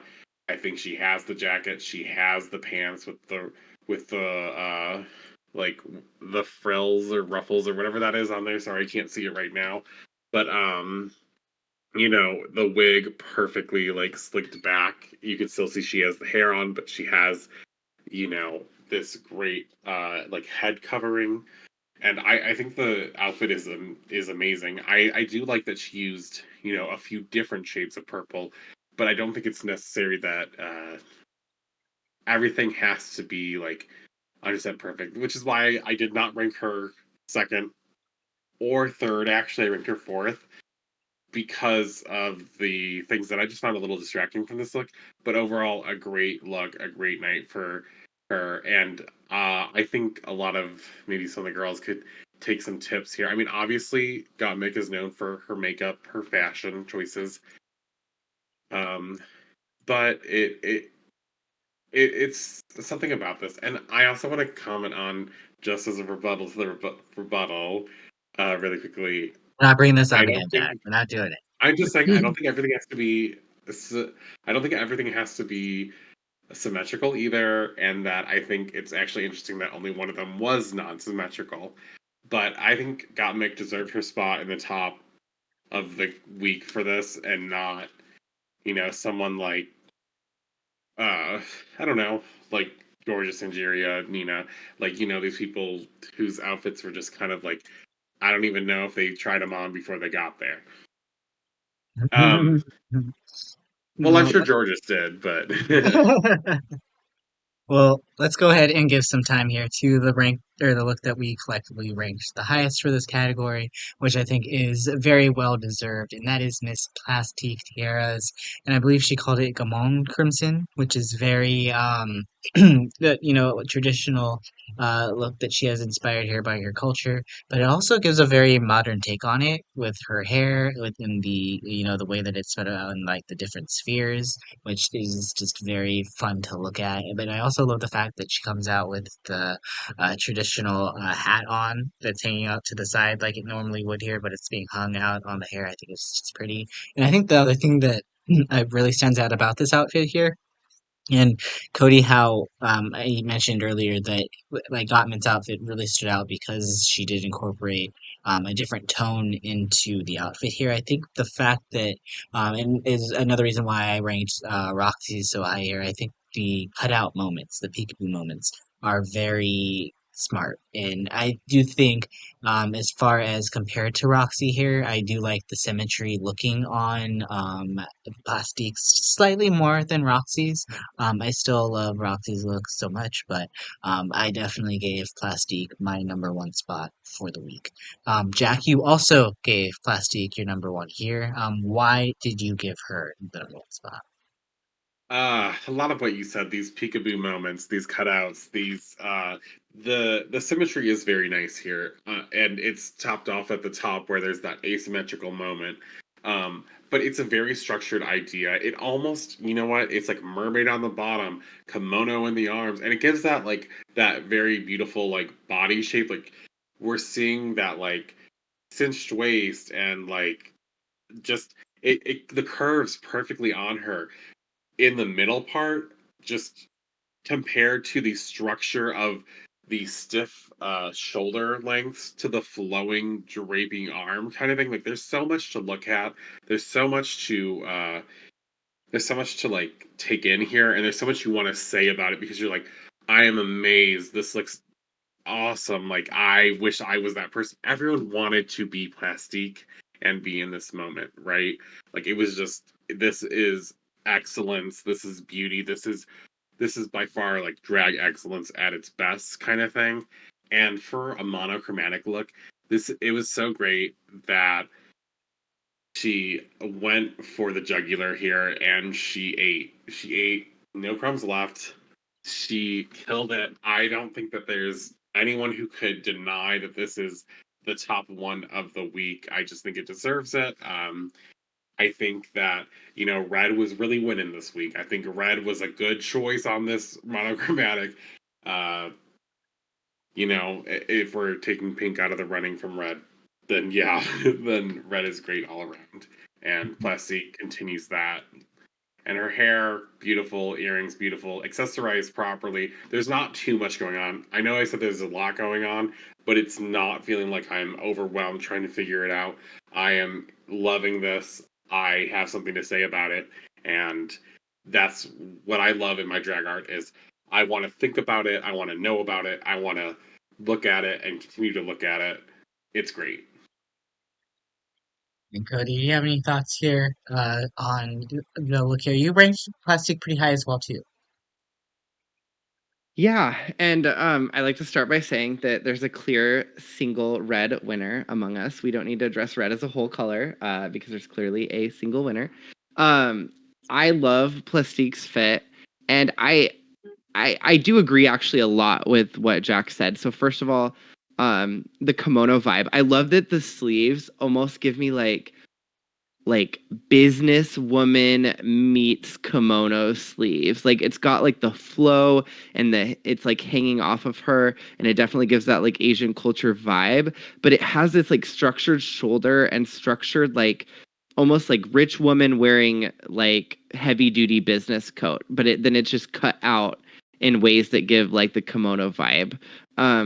Also, I think that it's really interesting in the same way that I complimented Gottmik for the different purples in her monochromatic look. I think this one actually works better with only being a single red color because of the cutouts that really give it that dimension and kind of stand out more. I think that if there were multiple colors of red, it would take away from those cutouts. And I think because it's a single one, it makes you appreciate those more. And then also kind of in the torso area, like those kind of more see-through lighter fabrics that are mixed in there kind of add a little bit of a dimension as well. I dare say though, because of like the simplicity of the and the symmetry of her outfit, I think that she could have actually gotten away with it being unsymmetrical, and I probably would have liked it just as much. I think that because it isn't chaotic. It doesn't have all of the fabric in the middle being made out of all these different materials and just haphazard. I think that she could have gotten away with having either a symmetrical look like she did, of course, because she got away with it. It's incredible. Or I think she could have gone with like something completely different. I think she could have had lines in different ways, and it probably would have also looked iconic. I do love that the hat adds kind of a little bit of a splash of taking away like that symmetry. And then something that we didn't really mention, but that I fell in love with was this wig, this hair that she has, like the structure of it, the everything about it really, like her makeup, everything about her that makes this incredible as well. But overall, yeah, this was definitely a top 2 for me as well.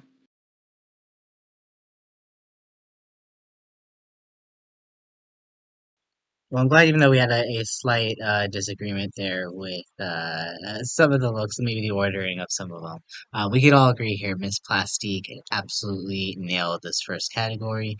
So I think going into this, Plastique was definitely an initial frontrunner going into our second category, which I think turned out to be, again, one of my favorites that we've seen so far in the season, just collectively as a whole, and that is drag imitates art. And they have a look that is inspired by a famous work of art. And we're going to go ahead and start out with the looks that we collectively ranked the lowest to kind of touch on those. And we actually had a tie. The one that had the lowest low ranks, though, that ranked lowest multiple times, which broke out the tiebreaker, is Miss Vanjie's inspired by Van Gogh look, which I liked it. And I think someone in my Boo, who was watching the episodes with us live here, was let's see what else. This is like. basically said my thoughts perfectly because she's like, I really liked it. And then I saw who was like what it was inspired by, and then I was like, oh, I don't like it now. I was like, yeah, I agree. Like I like the outfit like just on its own, but it's supposed to be inspired by by the Starry Nights by Van Gogh, and like no, no, Vanjie, you missed the mark so bad on this one. um, who wants between the two of you? Because one of you, I want you to speak out on the other one here. But one of you gets to speak out on Vanjie's look. Who wants it? Who wants to? Cody, do you want to defend I think Vanjie's look Cody here? should do it because Cody loved this look. Okay, Cody, go ahead and speak out here. Otherwise, here, because I I speak with Jack here because Jack also ranked it bottom with me. so I really like Starry Night, and I think that this look, it feels like Vanjie was onto something with the start of the wig and kind of like where she was going with the headpiece, and then I do agree that it really kind of fell apart. Um, as we look at these looks, and we kind of get like the screen cap. I'm really liking how it flows on her as she's walking out. But I think that overall, like if she's not really holding herself in an exact position, I think that it is a little bit unflattering, and it almost reminds me of the look that she was first sent home with the flowers, in the sense that it's just kind of like Vanjie doesn't always do unstructured flowers and unstructured like poofy fabrics on her in like a way that just is kind of thrown on her. It kind of feels a little disconnected, a little uncared for. Like it needs a little bit more attention to details. Um, so I respect that this one's in the bottom. I love Vanjie. I love Starry Night, but um, But it's not Starry Night. It's Starry like what? it's not Starry Night. It's just not. It's just It I want to love it too because it's Vanjie, but I'm like it's not Starry Night. I can't even defend it. Not I mean, it just but doesn't it just doesn't not even a translate little bit. well. There Not there even are a a little few that bit. just don't translate well. Well, this is the one And yeah, I so think you're right that translation is the other word here because I think the other one that we collectively ranked here in the bottom was also a matter of translation and Jack, I want you to speak up about this one here. Because we have Nina's look that was inspired by Tom of Finland, which I mean I'm a gay man. I know about Tom of Finland. I won't lie, I've seen the stupid drawings. But like Well, I think that's a little rough, but okay. uh uh Nina, why does it look like a pilgrim doing BDSM? Like, I don't like it. I have no words other than I just don't really like it. And the only reason I'm giving her a spot above Vanjie here is because at least I could kind of tell what it is if I'm not like, I don't know. It's also giving me Judge Judy. I don't know. I don't Oh, know. Jack, talk about it because I don't want to talk about it anymore. okay. Okay, so let's first start. So, in the sense that Vanjie's was too simplistic and we didn't know what even was, this is we knew what it was, but it was too simplistic because it was too exact. Yes, the quotes are there, and that is probably the most enjoyable part of this outfit, other than the boots or the hat. But this outfit is a mess. This outfit looks awful because it almost is supposed to be like that biker leather kind of thing, but it looks like you just took the ugly, evil, like dorm mother from like a house of the girls who get sent away to boarding school kind of thing, and then put her in the Tom of Finland stuff that you found in the like attic, and you try to make it more feminine. It did not go over well at all. You could have made a Tom of Finland feminine outfit, but this was not it. In fact, it is I we all knew what it was coming in here, and we knew that Nina was trying to do this like conceptually. It's bringing awareness to gay culture and everything, but this was so bad. It it's so ugly. It's so disgusting in so many ways. And I'm not trying to be hateful, but the length bad. Like this length of this dress skirt thing, uh, it's bad. And the boots are fine until you realize that it makes her legs look huge, and then she looks really big and bulky like a footballer, but like not in a flattering way in the slightest. In fact, she might as well have taken it another step further and done the structured shoulders that some of the Tom of Finland outfits have, because I think that would have gone over better. I I think her face makeup too is just all so bad. The hair is terrible. It's giving us like evil steps mother of Cinderella kind of thing, right? Like it's like that wig but put on backwards on top of her, and it's just all so wrong. The only reason that I put this above Vanjie was because I knew what the reference was, and the category is drag imitates art, where you had to use a piece of art, and I had to know that it was inspired. It had to be the inspiration for your outfit. That is the only reason I could put this over Miss Vanjie's. Even if I hadn't seen some of the other art pieces before, which I've seen most of them, uh, this just felt so poorly replicated that this might be the golden boot of the season. Like Sheesh. I think it's really bad. I just think it's Oh no, it's terrible. still episode 2. We have so much more to go. We have so many more looks. I know, Um, but this is supposed to be the fashion look that she brought. Oh, I'm worried about the non-fashion looks. Okay. I mean, can we compare this to that pink look earlier? I mean, that could be the worst look too. Like, I don't know. You know what? With the I've pink just not. one, Nina's not a fashion queen, at least. I think her issue here is Can I that chime she in on this one? needs, to sure. It's the as soon as she like I feel like she overthinks some of her references sometimes, and she has really good ideas for me, but just the execution. Ugh. And Cody, I'll allow you to chime in as long as it's quick. I will make it so quick. I feel really passionately about this one because first of all, I do hate the look. I'm very thankful that she chose Tom of Finland as the topic because I had seen that art before. I didn't really know anything about it. I did not know who designed it. I had just like seen it and thought like, oh, that's something. And it made me go down the rabbit hole. So I really think she accomplished maybe what she sought out to do, which was bring awareness to it. But I agree. Like, I think that she should have gone with the hat or the hair in a more clear cut style that like replicated it, not both, and not deciding to do her own concept of the hair and then throw the hat on it. I agree with the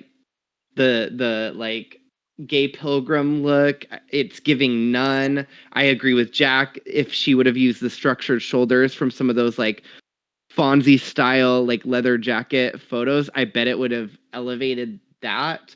I agree that the boots are bad. I agree that everything's bad, but I'm just really happy that she chose the topic and brought awareness to it because now I've gone down the rabbit hole and I actually kind of enjoy it. So Uh,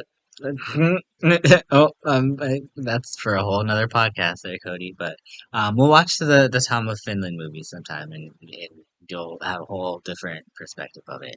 oh But really? I do appreciate Nina bringing awareness to things like that, and that's something you could always appreciate. I just wish again the execution was better. But yeah, we definitely have Nina and Vanjie both rated collectively at the bottom here for different reasons.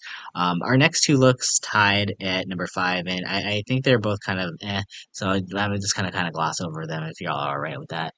Because it's Angeria's Mondrian look and Jorgeous's Picasso look, where they basically just took the color palette of whatever it was for the art, and basically kind of just stuck it on their body, which it works, but I think our top 4 gave some much more inspired looks that I would much more rather talk about because these looks Wow, they were so good.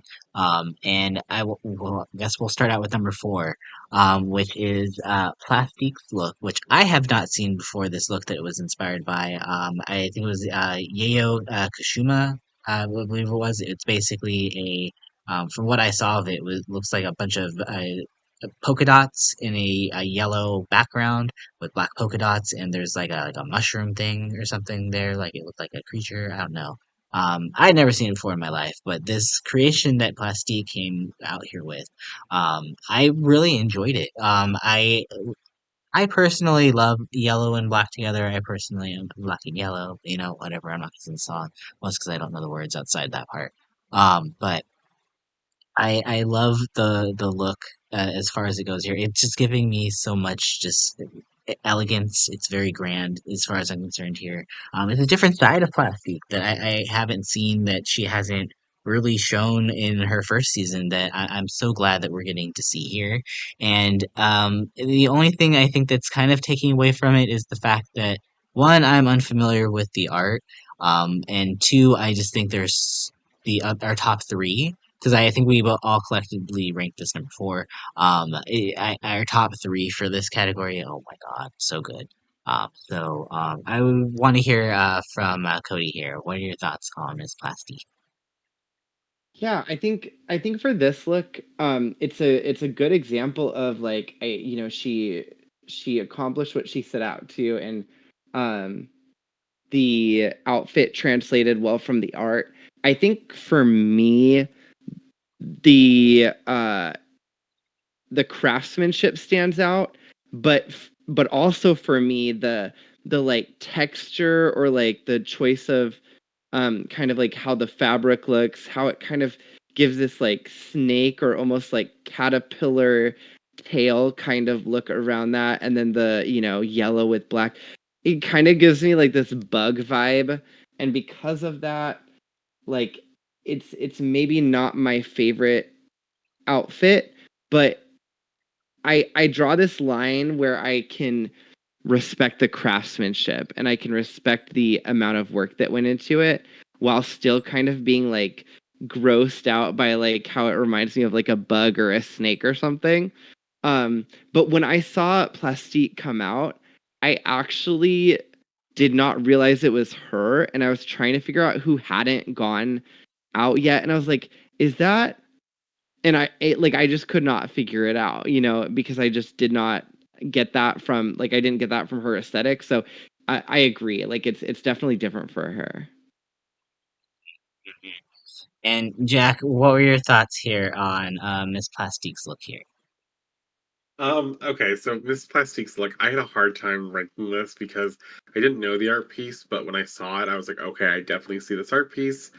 Um, Part of my issue with why I didn't rank it higher was the material on the yellow and black polka dot. It kind of reminds me of a comforter for a bed.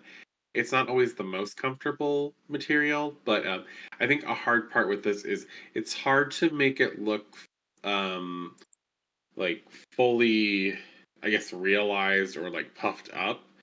And I, I kind of saw the snake look too, and I also kind of saw it as like almost like Ursula again with the like tentacles kind of thing. But I love the shoulder piece and hair choice that she did, and I love the arm execution of this. Like there's so much good here, and I love that we with her we didn't get like a 1-to-1 like we did with Angeria or with Jorgeous. Like the only reason that I had an issue with, I thought Jorgeous did a pretty good job actually, all things considered, with her luck, even though it was kind of 1-to-1. But Angeria, sorry, Plastique beat out Jorgeous just because there was so much more elements of fashion here and things going well. But that being said, I said I was going to bring it up. I'm going to bring it up now because it's the category. Angeria picked my least favorite type of art in the history of the world because I don't consider this to really be like an art piece You don't as like much as color blocking? It's the fact that Piet Mondrian or whatever has this piece that it was always shoved down everyone's goddamn throat about how it was so good, and it was just a red square, a blue square, a yellow square, black lines with white space, and things like that. And I was like, you know what, Queen, like that is so great that you learned geometry, but let's not act like your 70,000 pieces that are all just different geometry shapes should be like widely regarded as like this amazing thing. It reminds me of when the girls are at the museum and you see that one picture that's like mostly just a canvas of one color and like nothing else. And they're like, this piece is about depression. And I'm like, girl, shut up. Shut the hell up right now. Because if I painted a goddamn canvas one color and said it was about a feeling, you would not have the same reaction in the same way that this is just terrible. So, I mean, I just gotta let you all know that that is my least favorite thing ever. Color blocking is fine. Trying to say that this idea is like this amazing, great art piece, girl, bye. Take that shit outside. I feel like you're triggered here, Jack. I feel like there's a lot enough I content here that we'll need to pause, do another content, another podcast to like go through these feelings here because I actually want to hear yeah. more. But you know what? I just had to I just had to mention I said I would. I said I would, and I said, God, I hate that piece. And when they did this category, I was like, I hope and pray no one does this piece because it's my least favorite piece of art because I don't consider it really art because it doesn't move me. It doesn't make me think of anything. At the very least, as much as I didn't like Nina's, at least there was something there that wasn't something that can just be reconstructed by any single person on the face of the earth. Like, it can't be. But Yeah. that can be. And that is just a dress that's color blocked and it's bad. I'm sorry, Angeria. It's just a bad look. Because the art is bad. It's not really your Let's fault as much as it is people paying other people to believe it's art. I mean, well, she chose it, so it is kind of her fault. But Oh, um, you let's crazy. go to move on to our. I want to really get into our top three here because our top three was literally all separated by 1 point. Like these looks, I think, regardless what order they come in here, were probably three.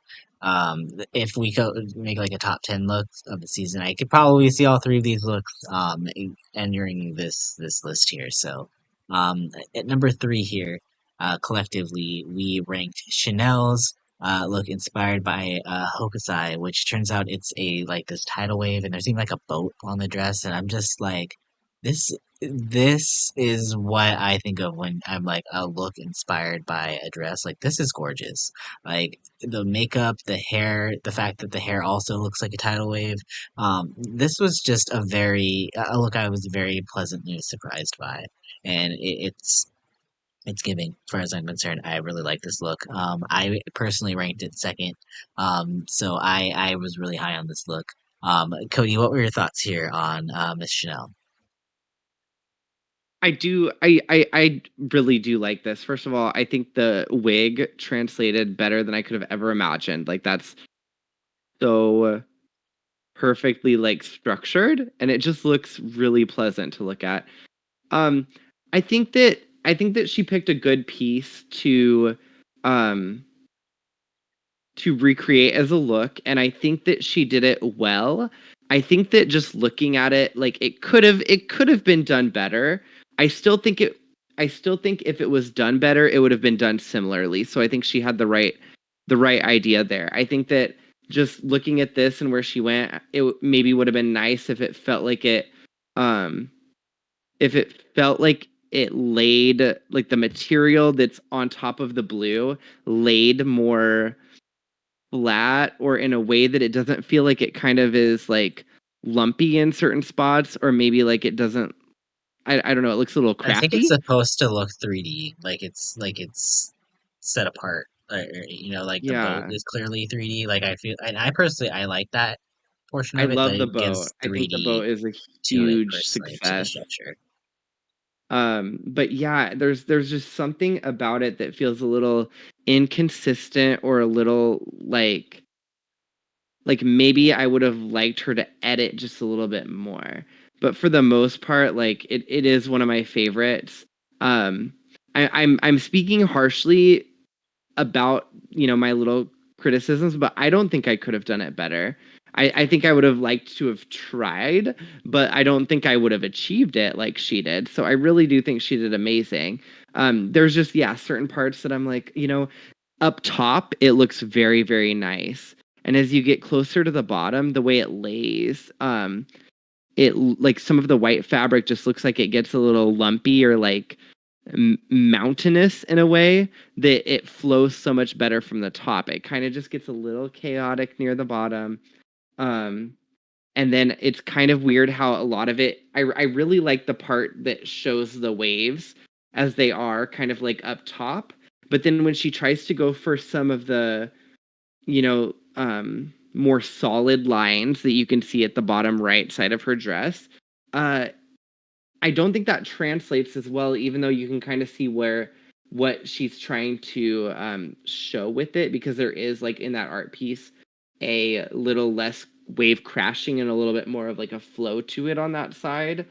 But it looks a little wonky maybe. I think I would have almost liked her to go consistent throughout the whole thing with the waves that she has up top and to the left, so that it all kind of flows and translates together. But overall, like, I just really love this look either way. I'm being critical, but only because like I expect perfection sometimes.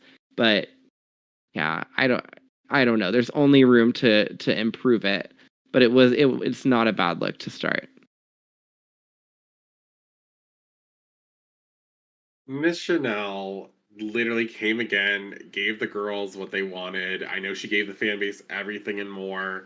I can't tell you how much I love this windswept hair that looks like these tidal waves continue past the gown itself. It's so fitting perfectly on her body. I'm so sorry, Chanel, that Cody keeps calling your outfits lumpy. Please forgive him as a personal favor from me. Like, please forgive him.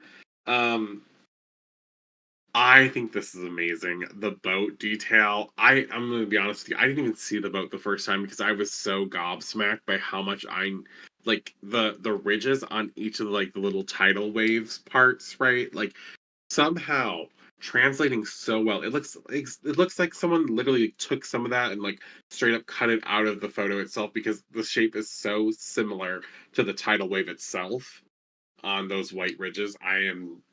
I couldn't get enough of this look. I was like, this is drag excellence. This is amazing. I ranked this number 2 because I just couldn't get over how great I thought this look was. It's an amazing art piece that I think can't be recreated by just anyone. And the only other subtlety that I think maybe might be in here that I think we should talk about is possibly the bottom part in the middle might be a reference to the mountain in the background, but I'm not 100% certain. I can't be for sure about this piece, so I have to let that go because I don't think I'll ever know the answer to that. But I see a mountain. I see what you're saying there. I can see a it mountain. kind of reminds me of the mountain that's in the background of this piece, as Mhm. I have it pulled up next to me, so I could make sure I really got to focus in on these little ridges, and I love that you can see the different shades of blue separating the water here too, because that is so much like in the piece. It's just I see the complete inspiration, but it's not a one-to-one, but it's everything that the piece wanted, and that's just so good, amazing. This is why she got my number 2 spot this week in this category. So good. Absolutely agree here. Let's go get into our number 2 look for this category, which is Roxy's Salvador Dali inspired look here. Jack, as the resident Roxy fan here, go ahead and take us away on your critique for this look.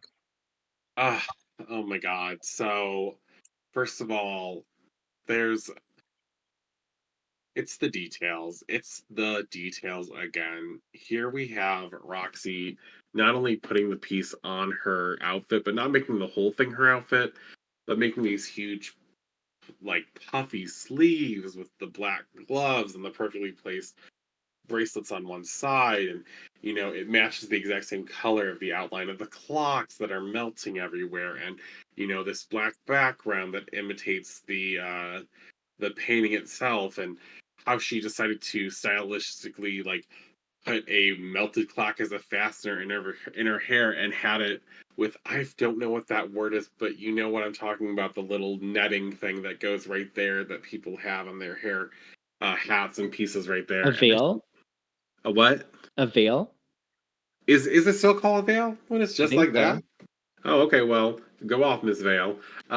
So I love that, and the fact that she was so smart to even do like the dolly mustache and everything. Like, this is some next level. Like, I, how do you, how do you really like do this? This is one of the most um well-known art pieces, which, shocking because like it's something that makes you think. It's not just one of those pieces that is just kind of there. Like, this is a really big piece. I think what really stands out is the fact that she didn't just recreate it only on her fabric. She took pieces and elements of not only the artist but the art itself and added it to her outfit to make all these designs work together, all of these nice little nods to the piece, to the artist. It just, everything works so well together. I can't get over just how well put together this is. But again, it's Roxxxy Andrews on a runway. It's never gonna be bad. We're never gonna see a golden boot from Roxxxy Andrews. I just don't see that ever happening, unfortunately, for some of these girls.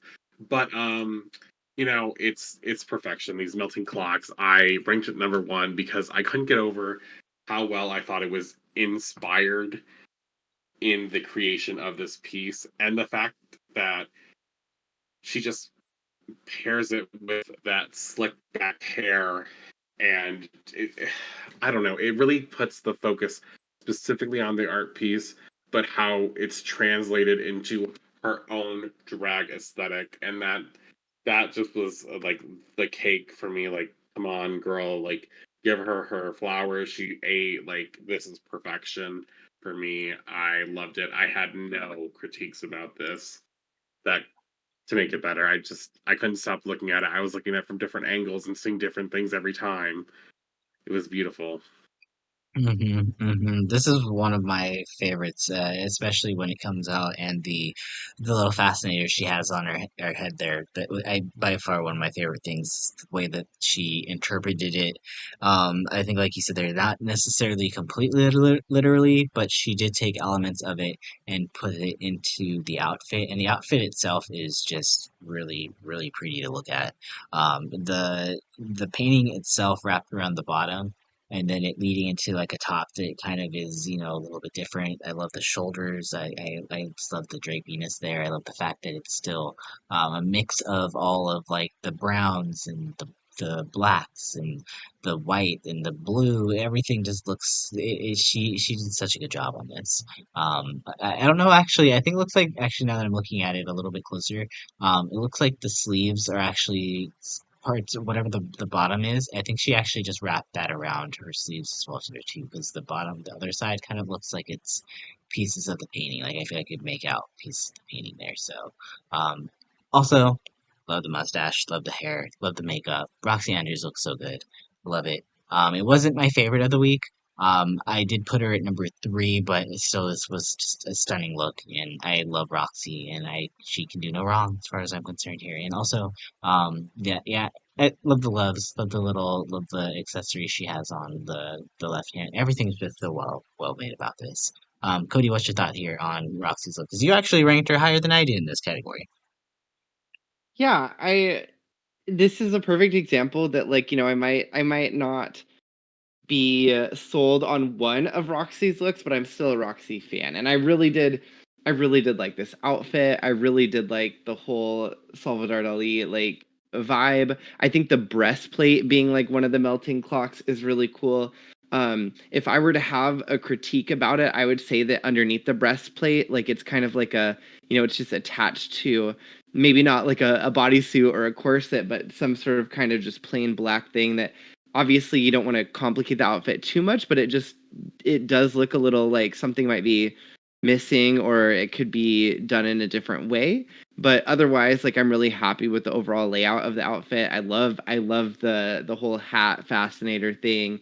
I like the mustache. I always think like little elements of that make drag really drag in that sense. And I also really just appreciate this color palette from like the blonde hair to kind of like the creams and browns and like the sleeves and the dress and kind of throughout the whole outfit. Like it just gives a really enjoyable color palette with little pops of color, you know, a little bit of red here, a little bit of blue there in the art piece, but kind of this overall like cream and brown colored look. And the blonde wig just seems like such a great choice to continue that as well. So I really enjoyed this one. I thought it was really cool. It reminded me of something you'd see like out of a video game or something. I just really enjoyed it. It was definitely a very strong look here from Miss Roxxxy. But there was one look that topped it here, and I feel like this look personally is going to be very hard, very difficult to top in any of our runways moving forward here. We have a Gottmik's uh, piece here that's inspired by the screen, and oh my God. Um, Cody, I'll let you go ahead and take it away because you ranked this at number one here. Go ahead and give me your thoughts here on this look by Miss Gottmik. You know, this look is so strong for me, and I think that it's really just like the silhouette. It's such a wow factor, but I started thinking about it and kind of comparing it to the other looks, and I think that if you put other queens in this outfit, they might not sell it the same way. I think Gottmik just has like this really perfect silhouette for that. Like kind of has like this like cinched waist, kind of like reminds me of like the drama that like Violet Chachki, her, you know, good friend, would present in some of their looks as well. I really love that instead of there being a wig, it just kind of continues through this, you know, full body thing that goes through the head. The makeup just stands out so much because of that. Um, you know, it is a literal translation of the art, but the piece itself, like the, you know, the clothing is just jaw dropping, you know, quite literally as we see the reactions from the judges. I think it's just one of the most high fashion things we've seen on the runway so far this season, and really in the franchise that, you know, altogether. Um, really no notes. Like I have no criticisms for it.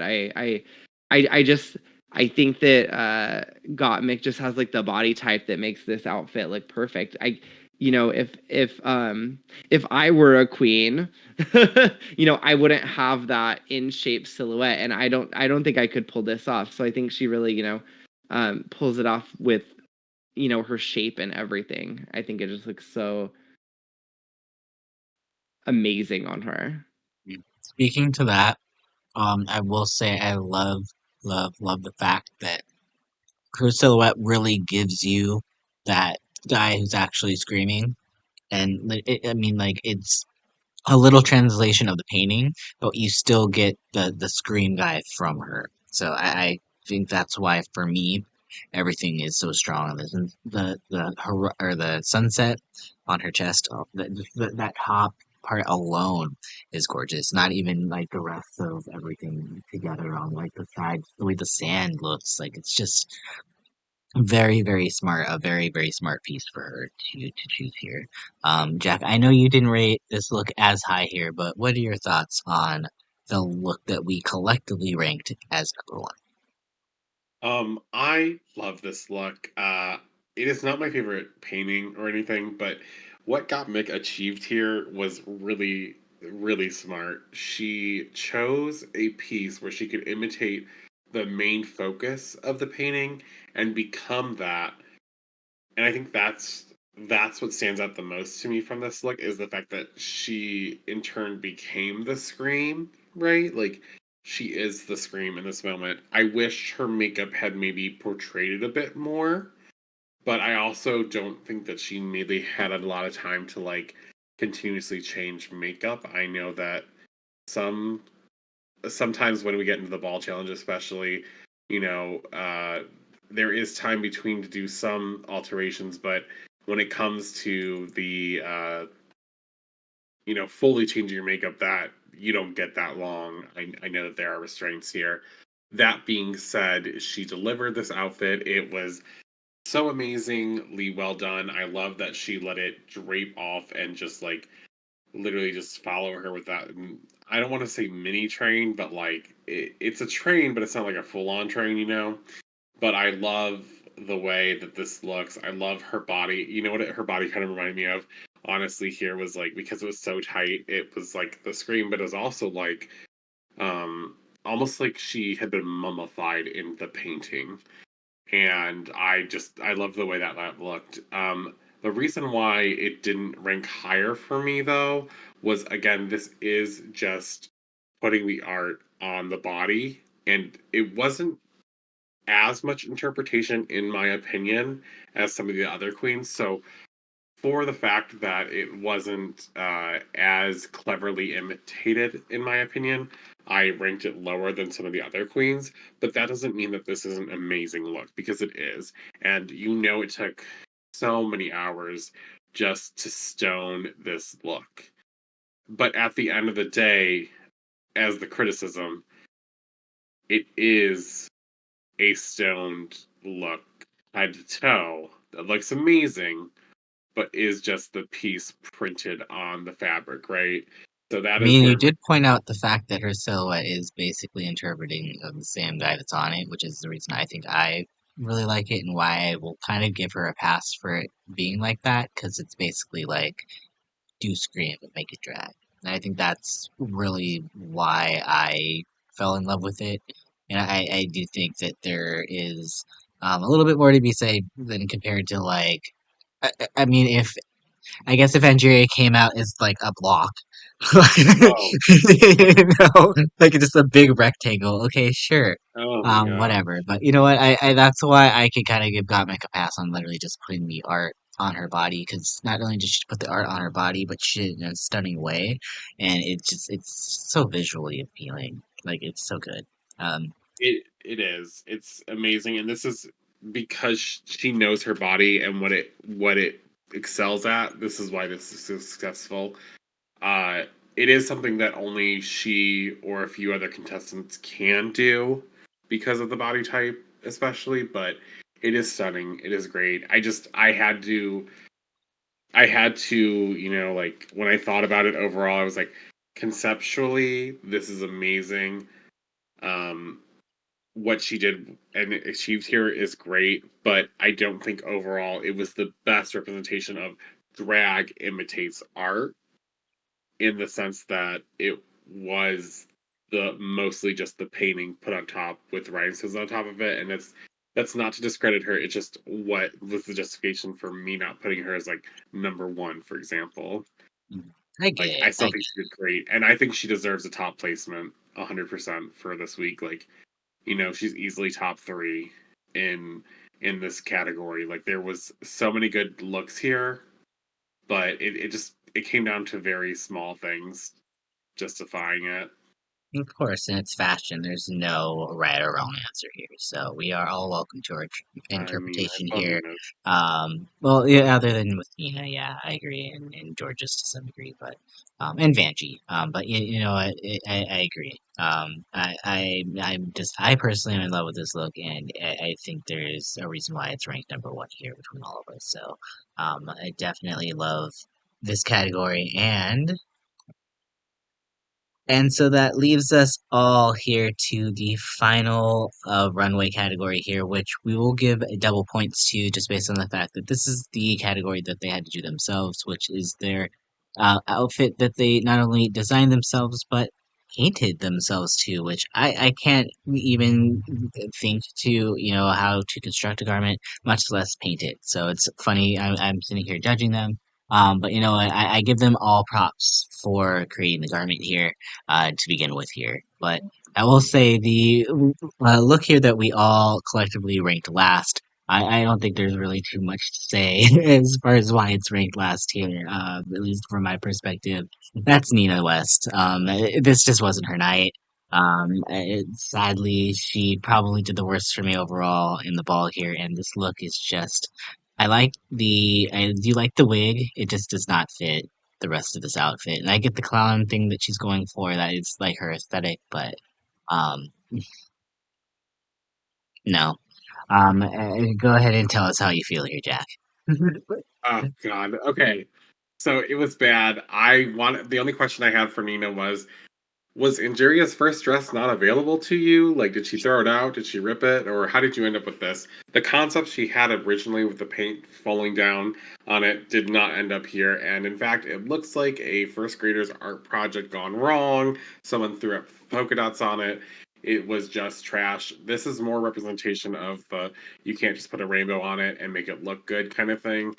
It is complete garbage. The hair I liked, but not for this look, and I guess the gloves because you could put that with something else.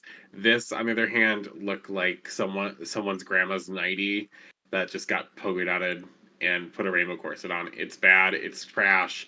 I'm surprised she had the confidence to walk down the runway like that, but this competition does need nerve. That's what I gotta say. Cody, how about you? What's your thoughts here? Ah, this is a mess.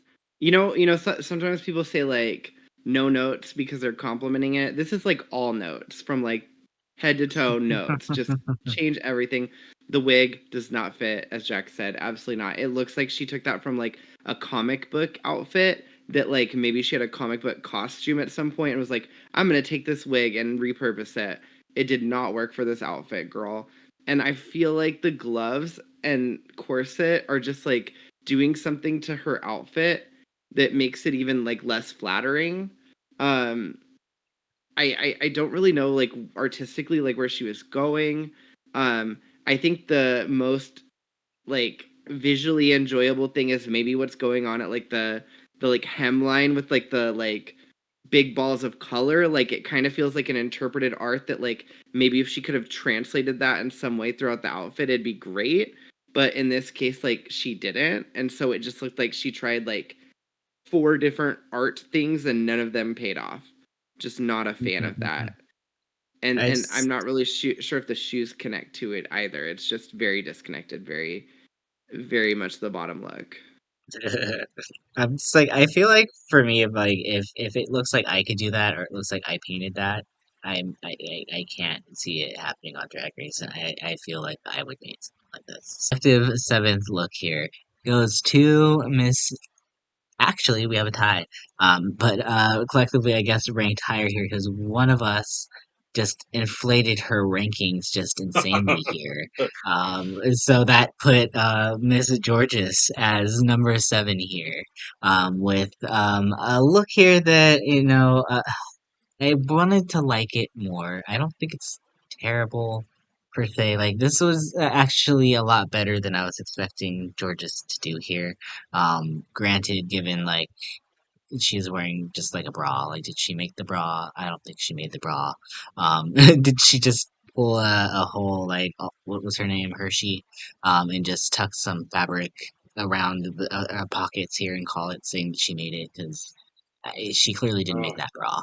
Um, but like I want to like it more, but it's just. There's just so many other better looks here, and also the rankings got tanked slightly a little bit here for Georges, but I wouldn't say I would put her too much higher here. So that's where my stances are here. Cody, what's your thoughts here with Miss Georges? I think her makeup's cute, and I think that the pattern that she put on the fabric was cute, but the execution of it, I think that her body, like her body yaddy yaddy, helps sell this more. Um, but that's really all it is. Like exactly, like the bra is she admitted it herself. Like it's the only thing that she had time to throw on to make it work, and it did, but only because like she looks good in that. It doesn't really like translate as this like intentional design so much so as like that's what she had to present. I also am not really like a fan of her hair. Like it's okay, but really it's like the makeup is the only thing that's doing anything for me at all. Everything else just feels like incomplete. Jack, I know you have words here. I actually had the very opposite feeling of Cody here, where I feel like the hair is better than the makeup, and I feel like I would have. This is that moment where I'm like, makeup could be better, kind of note. Like when I see the close up of it, I'm like, the makeup, but from far away it looks much better. The makeup isn't bad. It's still very well done. It's just the makeup. The makeup is like she was going for the Eleganza. The outfit was a little more pedestrian, but like fashionable pedestrian. And let's be real, she used a stencil across the whole thing, the same exact stencil. There wasn't much design in that aspect. Yes, she made these puffy sleeves, and the gown aspect of like the skirt is great. But it's her body that's selling it. So yeah, I think this was better than a couple other looks in my opinion, but there was a lack of creativity, and I'll just say at least it's not a piece of fabric wrapped around her body. So It's not the sexy napkin this time. yeah, Um, Well, sadly, Jorgeous won't be winning any design challenges this season just yet. And she did overall rank seventh in our overall placing here, followed just right behind by Miss Nina. So far, it sounds like we're right with the judges here. Let's go to the next look again, which we said the looks were inflated here slightly. There is an outlier in the ranking, and that is Miss Vanjie. And I'll just say, the thing I liked about George's look that I wish Vanjie would have adopted would have been maybe some sort of pattern here. Just because the way that I feel like there's an art to incorporating these like characters and things and stuff onto clothing here, where if you do it weird, like the way that it's painted on here, it is giving like elementary school. This is giving like I was given this fabric project in like I don't know, like maybe like 10th grade, maybe 11th grade home ec, and they're like, here you go, like make something inspired but make it a flag.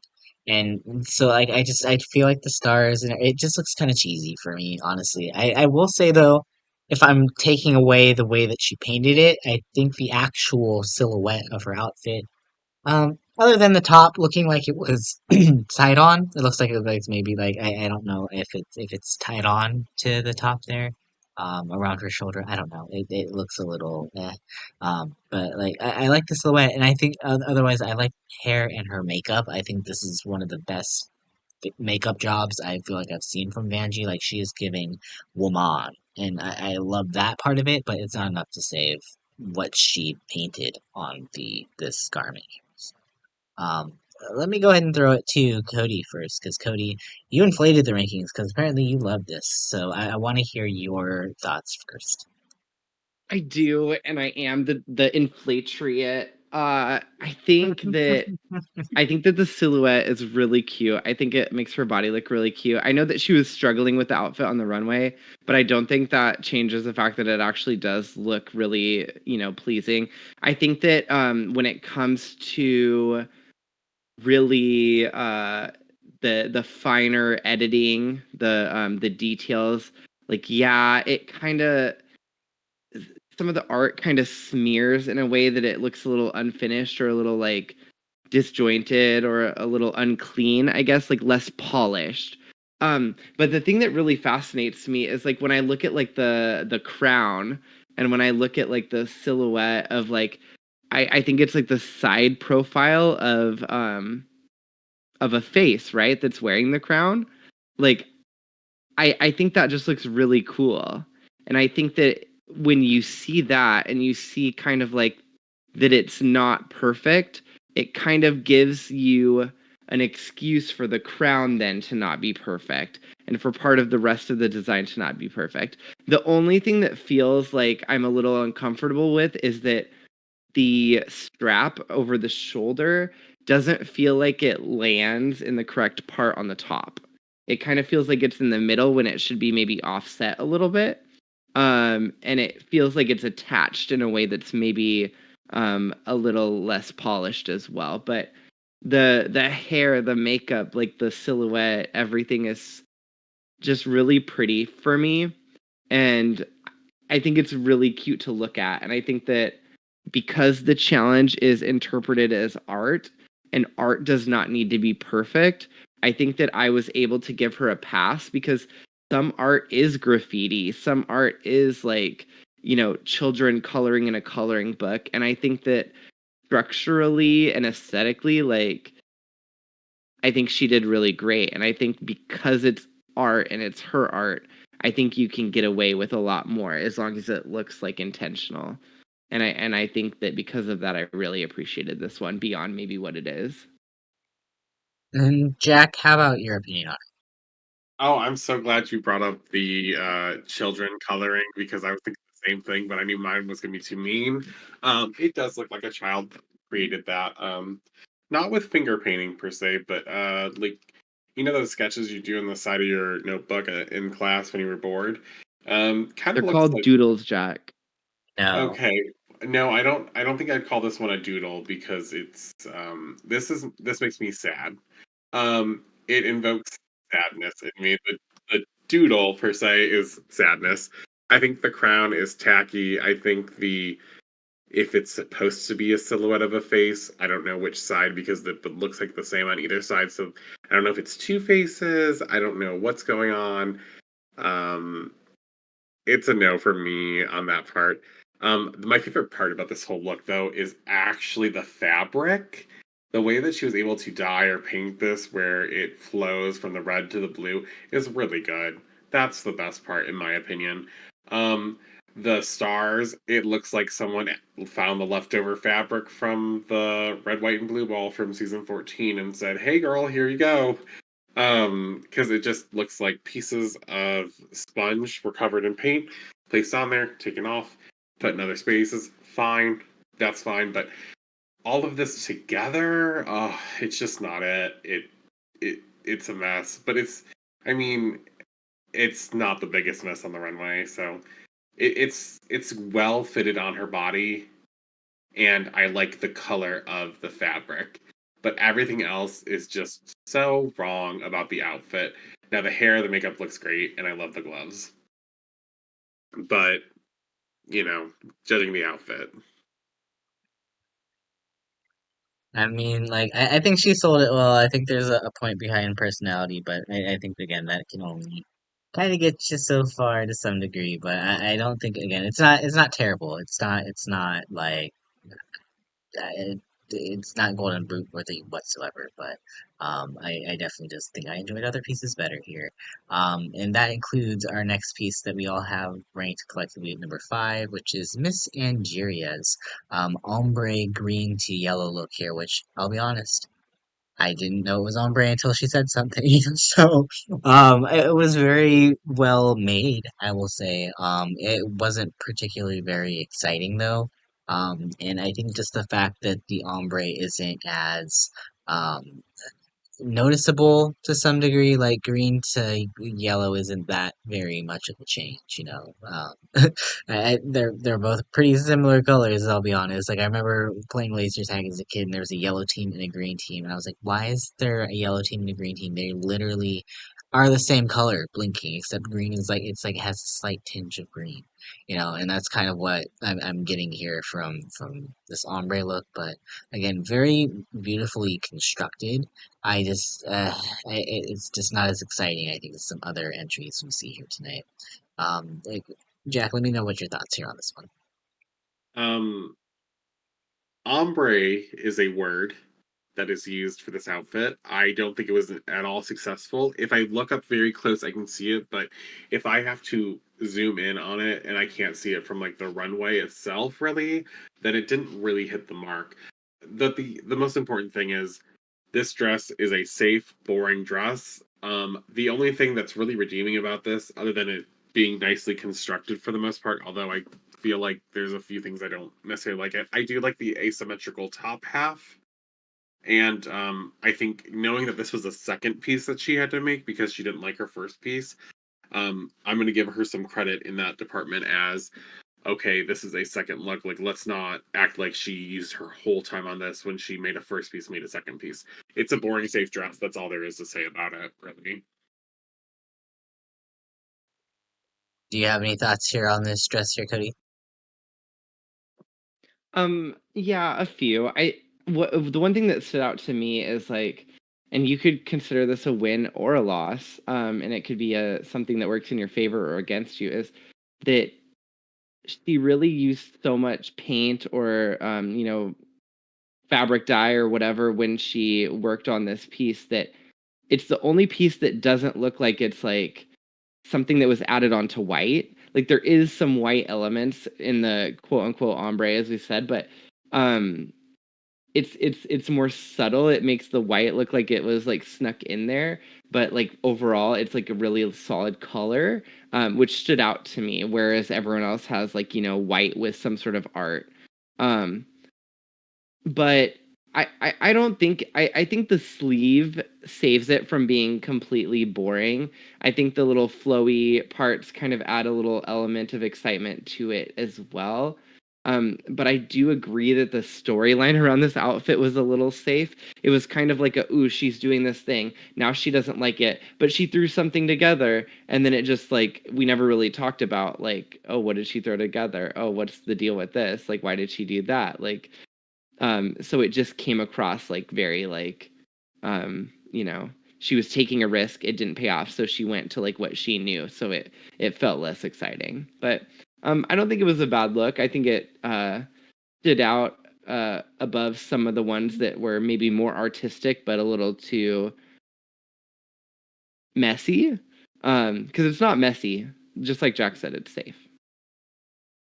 I want to actually say something because you said something here about how the storyline was presented for Angeria here, and it's very common in Survivor editing, and it's something I kind of like to point out a lot in Drag Race because I feel like Drag Race is very notorious of doing this, where they will kind of put their winners or their people that eventually like end up in the top three, they'll put them in like these very random, like precarious situations and make you be like, oh, we need to worry. Look, Andrea's a front runner. We need to worry about her. And it's like there was no worry about her. Like I think it was again, it ultimately ended up being nothing. She just ended up just making a very safe garment.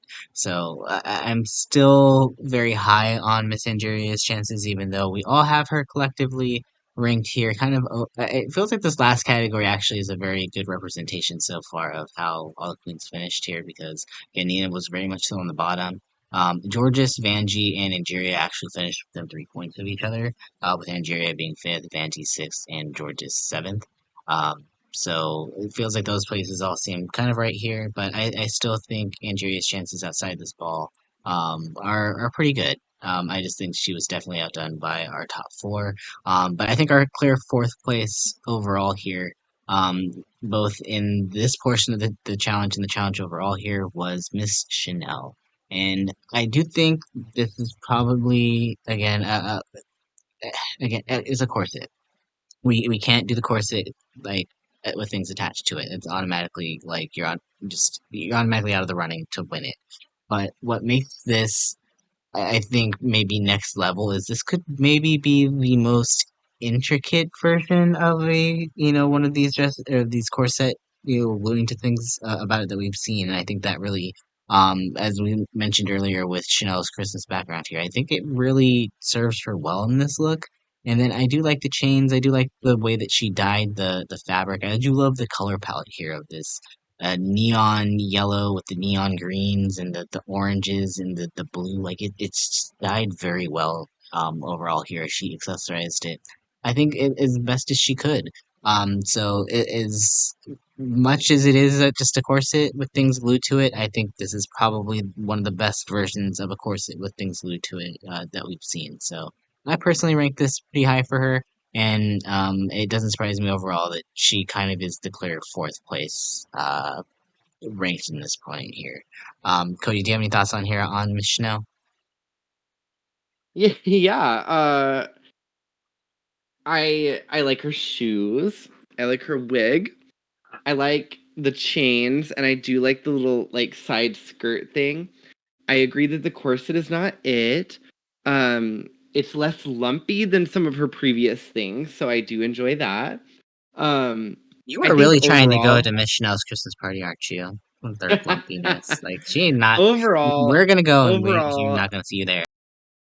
overall, I think that if she were to have just taken some of the elements that speak to me as being a little bit more iconic and then maybe removed some of the clutter. There's a lot going on. I agree that when it's just a corset, like, you gotta step up your game, but this is just too much for me. I don't really like it. I think that the chaos going on her corset right now reminds me of the chaos of like Roxxxy's monochromatic look. Like, it's just, I don't really know where it starts and ends, what the idea was, or like why it's the way it is.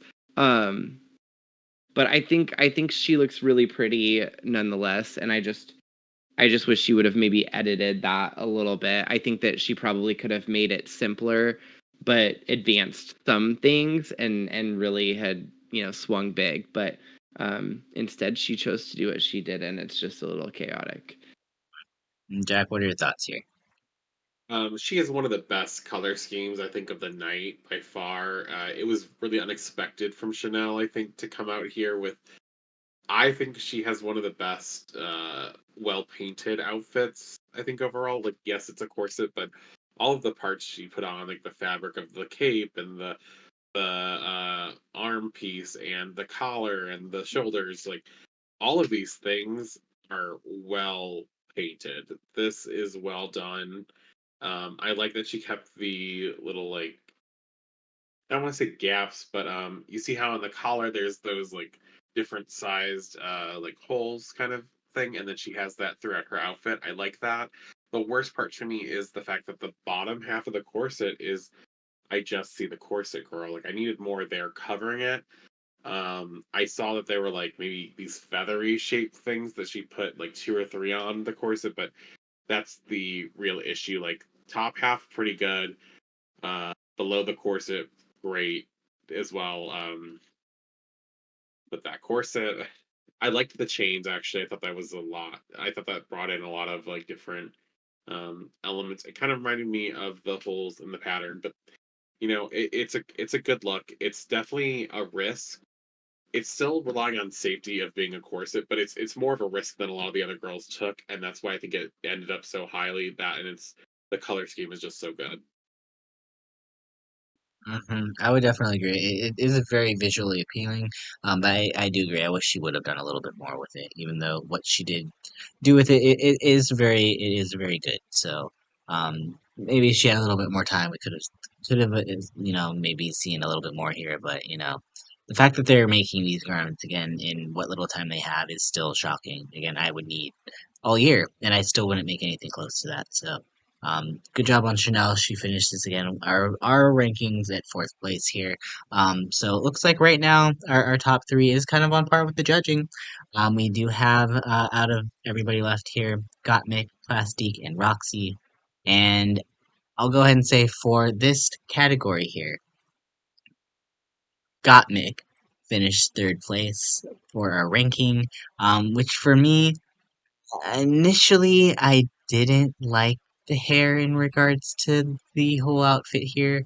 I think that was the only thing that really stood out here because the outfit, is very beautifully painted, and it kind of the hair for me kind of gave a very large contrast because it was a lot more glossy compared to everything else. So I didn't like it at first. I'll kind of say some things about it afterwards here. But I want to hear what y'all think, because otherwise, I think this is a very stunning, stunning, stunning look here that Gottmik made. Um, Cody, go ahead and start us off as we do here with Gottmik. Okay, yes. First of all, I really love this a lot.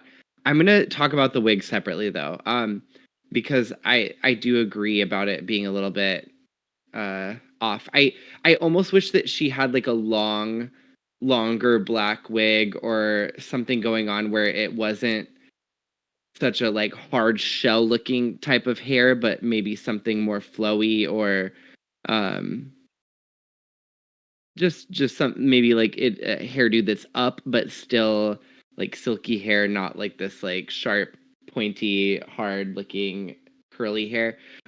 But back to the outfit. I first of all, I love that the gloves, one is red, one is white. I think it's really cool. I also love that that white theme continues on the side with the glove and then it flows into like the red lower to the bottom.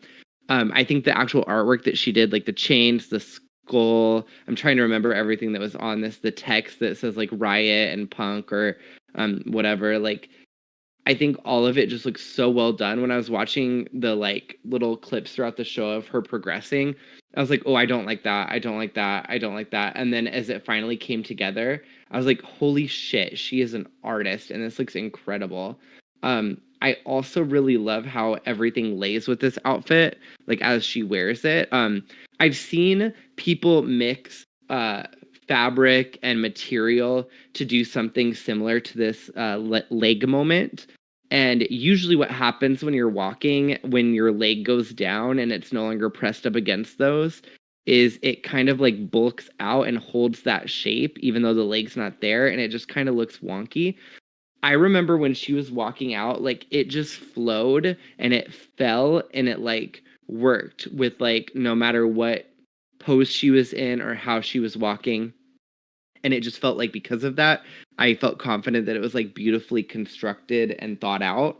And that she built it with all of the movement in mind as well. So it felt very advanced.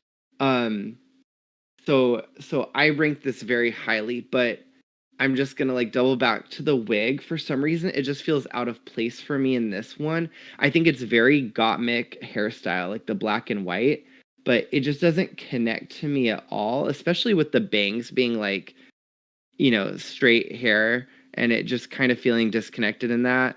Like I would have just liked to see something different. It just doesn't match for me. It's almost giving like this like Beetlejuice moment or something like that I would have expected with a different outfit. That's all. What are your thoughts here, Jack? I agree with the wig being out of place, but I think the wig was a strategic moment for us knowing what the lip sync song was going to be. I think that's a great choice. It doesn't fit the outfit really for me. I like the shape of it, but not the way it's colored. It kind of looks like Ah Real Monsters. If you ever saw that, you would know exactly what I'm talking about. You took the one monster and curled it up and made it that hair. It's that. As far as the dress, though, the outfit that she created, great, amazing. I love the gloves. I love that the one side is turning from white to red, like that side that is more red than white.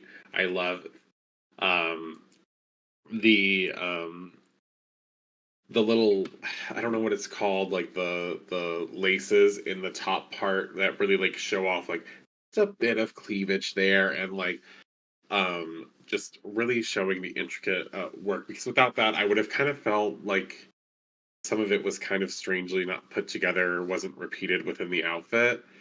Uh but I love the little leg part. The only problem I have with that is the bottom half of the little lace thing with it kind of gets a little wonky for me. And some of the drawing on the dress I'm not like the biggest fan of. Like I don't know that the chain I wanted to go so far up on the dress. I think it would have been more impactful if it had stayed a little bit down and the thing on the side was the highest up, just to give it like more I guess like it just would have felt better to me slightly. But I love this outfit. I think this dress is amazing. The chains, like the skull hands, the way she was able to draw that on the outfit, it's great. It's just a few of these. It's just a few details that like I would have preferred differently. But I love the commitment to everything here. It's definitely a very, I think, one a look that really only Gottmik can give us here, and Gottmik always comes through in the design challenges. So it was a very another great, stunning look here from Gottmik.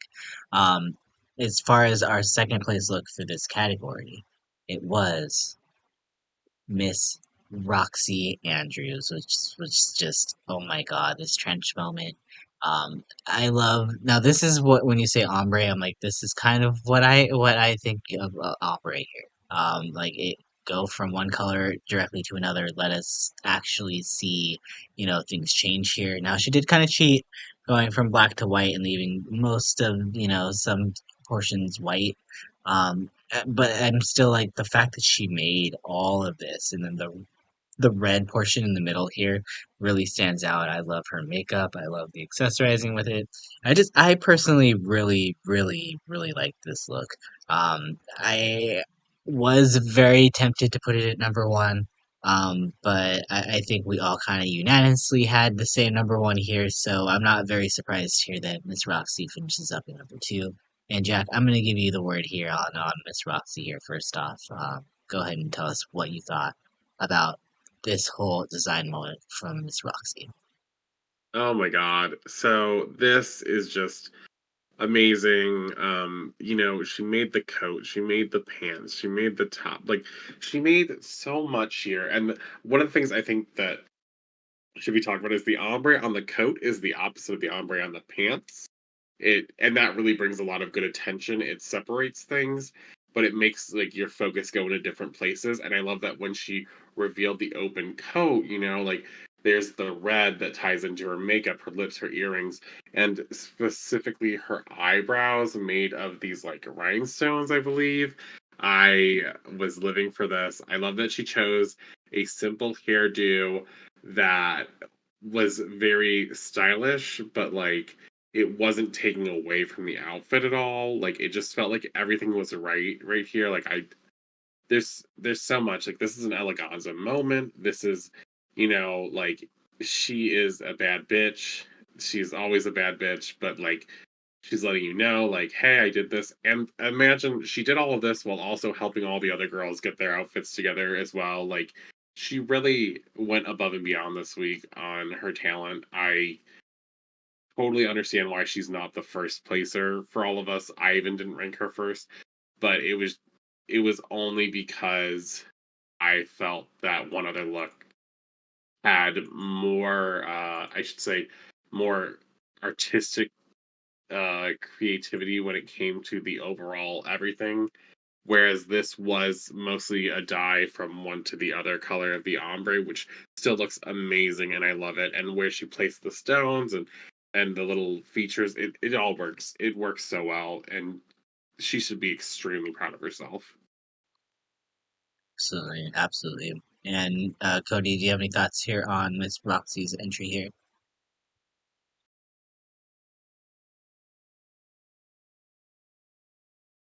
Yeah, this is a little bit my opinions differ a little bit from yours when it comes to this one. I don't disagree that she put so much work into this by making all these different pieces. I think that's great. I also think that her makeup and hair look beautiful. Um, and I think maybe I would have liked this outfit more if she ombreed a different color into the white, or maybe had a different color. But when I look at the black ombreing into the white in an outfit like this, I think about like when people dye their cars like matte black because like maybe like whatever color it was before has like, I don't know, it's like the paint is like damaged or something, so they're like, whatever, I'm just gonna dye it black. And then like in certain spots like the spray paint starts to like run out, so like it's really dark in one section and then it's like a little bit lighter in a different section. It's not consistent. Like I just don't think the ombre translates very well like white to black like this. Like even though it's, you can tell what's happening, it's still pretty abrupt, and it just kind of gives this like, oop, I'm running out of ink like on what I'm trying to do. I think it's really impressive that she made these three pieces. I think they're all structured really well. With the belt in between the tank top and the pants, it really looks just like a jumpsuit, like a single piece. I think it's really just impressive how it all flows together. But yeah, I'm just not vibing with the ombre I understand for you've been me. tanking Roxy all night here, and But the thing is, because I of like that, Roxy. I do, but I are think you we? guys are Are you maybe sure giving about Bragg that? delusion. Are I you don't sure know about if she that, likes her Cody? Roxy. Are you I sure? don't know. Because of your I tanking just tonight, Cody. I'm just Um, fascinated that you guys are really interested in this outfit. Like it doesn't, I because it loved was I loved the Life fantastic. Imitates art fit. Like it's proof that I do like Roxy. I loved her entrance look. It was my top look. Remember, I was the reason she Mhm. tied for number one. I But don't remember any of this. but between the red outfit, the monochromatic red, and then this ombre look, it's like Roxxxy, get it together, girl. Well, you know what, Cody? Because of your tanking of Miss Roxy's numbers here, I actually would like to report here that actually Miss Roxy finishes third overall in our rankings, which means our top two actually matches the top two that we had here on the show. But before we get into that, let's go ahead and top it all off here with our final look of the night. This has been a very long podcast, a very good podcast here. I think we've had a lot of discussion here. But I want to go ahead and take one final moment here for one final look because, oh my god, Plastique's entrance here in the paintball could go down in history as one of my favorite looks that people have created on the runway here. And Jack, I'm going to give you the pleasure here to start us off and discuss why we all collectively rank this look number one and why Plastique, I think, deservingly wins this ball here. Oh my god. It's like she's floating on air. The cherry blossoms, the beautiful pink coloring here. She really showed us what you could do when you put your mind to it. Last week Plastique was clearly robbed of her top placement. She said, "Not this week, bitch. I'm going to show you all exactly why I deserve this badge and I deserve last week's badge, but I'm going to make you give me this badge this week." She came out here and having the audacity to put her body on the literal piece of garment that she has made around her body, highlighting specific places. It looks like Take On Me, the music video, but she made her body that way.